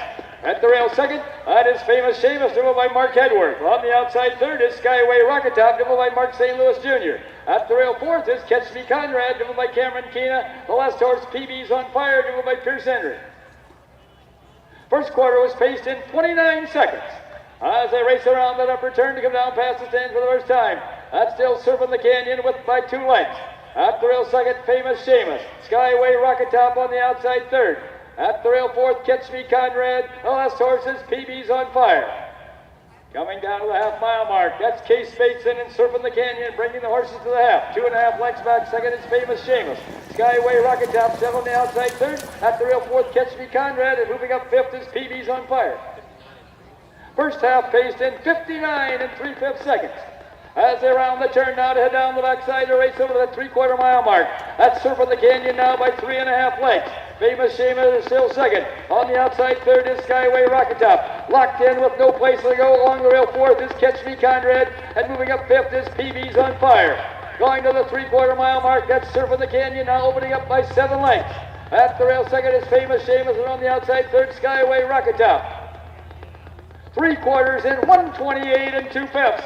As they race around that upper turn to head for pay dirt. That's Surfing the Canyon now opening up by 10. Moving up second is Skyway Rocket Top. At the rail third is Famous Seamus. On the outside fourth, PB's on Fire. And still at the rail looking for racing goose, Catch Me Conrad. But past the stand, it's going to be Surfing the Canyon. And here the outcome. Up for place is Skyway Rocket Top. Up for third is Famous Seamus.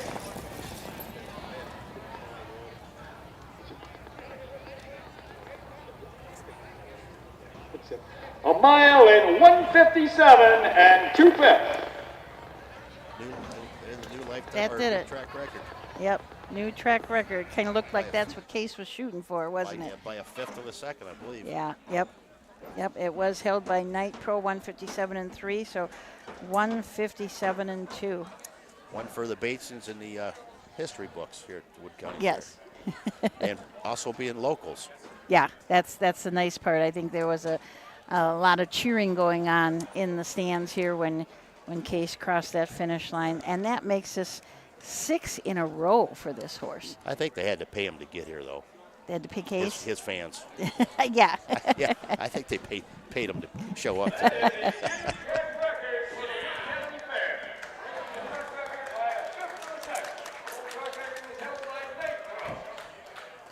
I mean, this horse is about as sharp as you can get a horse right now, and like they said, coming off 2 starts back, 1 in 50 and 3, last quarter in 28 seconds flat.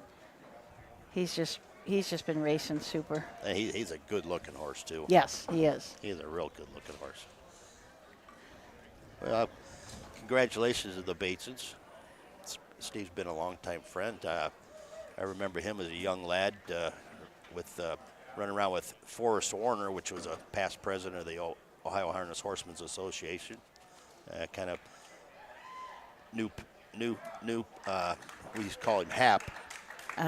He was in the barn here with me when I had horses here at Bowling Green years ago. He's got son Levi out here taking care of him, and son Case. That makes it extra special. Mm-hmm. Looks like Case is taking his time coming back. He must have known the winner's circle is going to be free. He's coming in, or is going to be full. So we had new track record and tied a track record today. So even though this track isn't used much, pretty sharp today. They had a new track record for what, 3-year-old trotting fillies? Tied it. Tied Yep. it? Oh, tied it? Okay. Mm-hmm.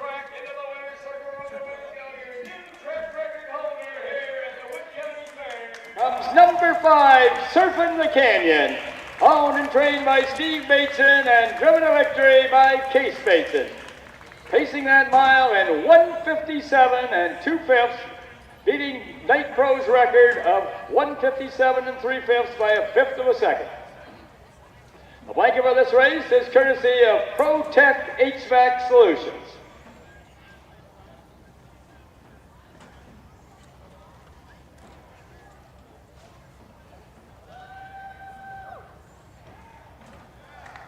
Let's have a big hand here for the Bateson family and Surfing the Canyon and the ProTech HVAC Solutions, the donors of the blanket.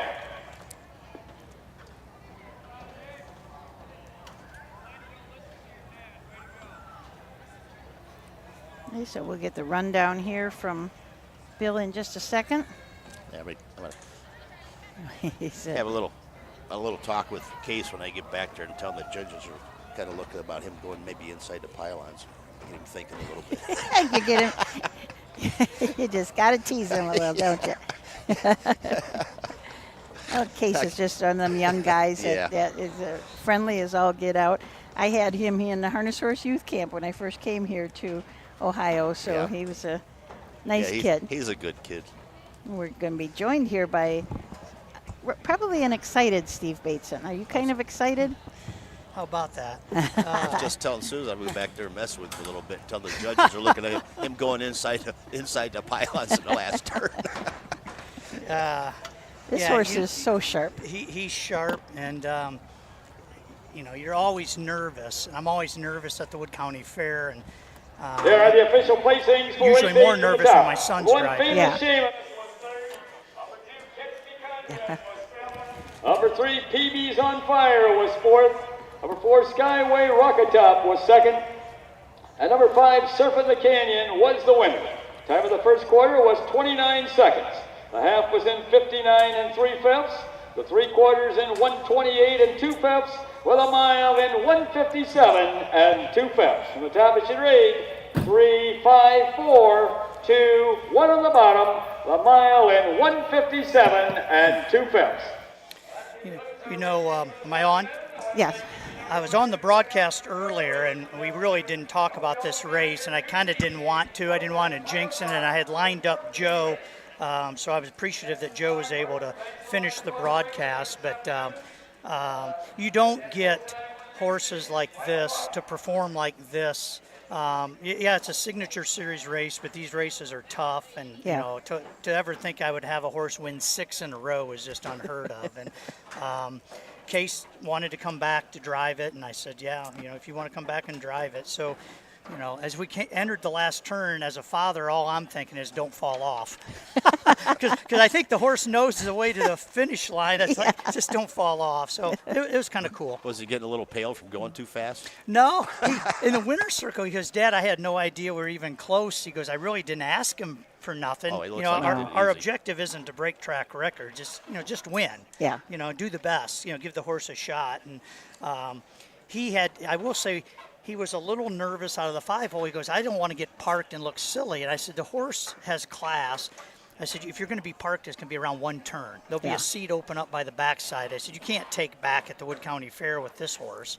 So right. Well, you could tell the horse looks like he can come race from behind, too. He can. Yeah, he can just do anything. But you could tell Case wanted the front. When he left out of that gate, man, he was yelling, and they were pacing something coming out of that gate. They were. And my normal driver, Mark St. Louis, was on the 4. And Mark's done a great job with him as well. And Mark likes to leave, and he wasn't going to just give it to Case, but Surfing the Canyon was a little bit quicker off the gate and was able to get in front. And anyway, it was a great day of racing. Hope you guys enjoyed the broadcast, and I'm sure you had some good stories from Joe Cramp. He did. I forgot, Susan, you weren't here last year to hear some of the good stories, so hopefully he brought some of those back up. Yep, he knows everybody. It's nice coming back to. Oh well, now I'm residing here again, so I see a lot of people I hadn't seen in years because I've spent a lot of time over in the Cleveland area. But yeah, it's nice to come back and see everybody. And I wish I could have brought a couple today, but unfortunately things haven't worked to our advantage this year. But this business has its up and downs, like Stephen knows here.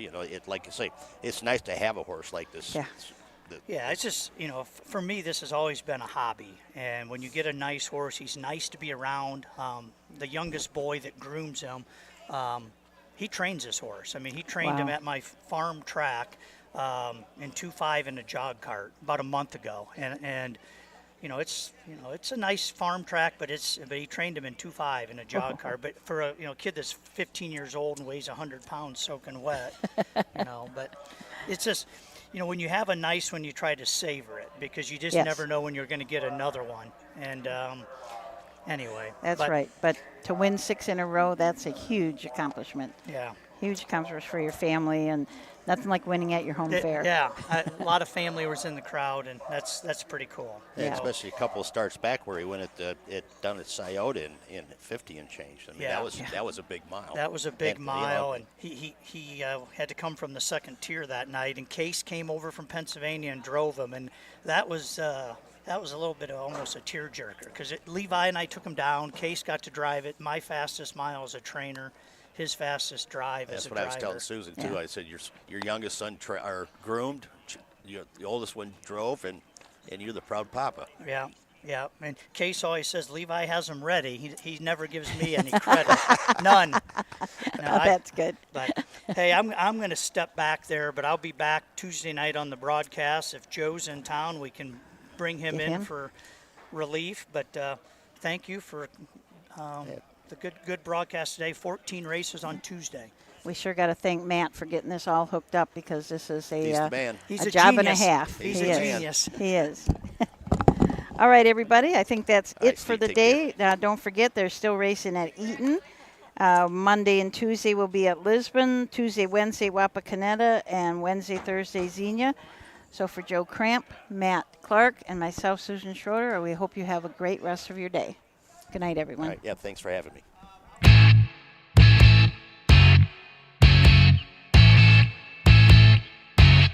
This has been Ohio County Fair Racing. Ohio County Fair Racing has been presented by Midland Acres, thestable.ca, Dublin Valley Farms, Big D Tack and Vet Supply, and the Ohio State Veterinary Medical Center.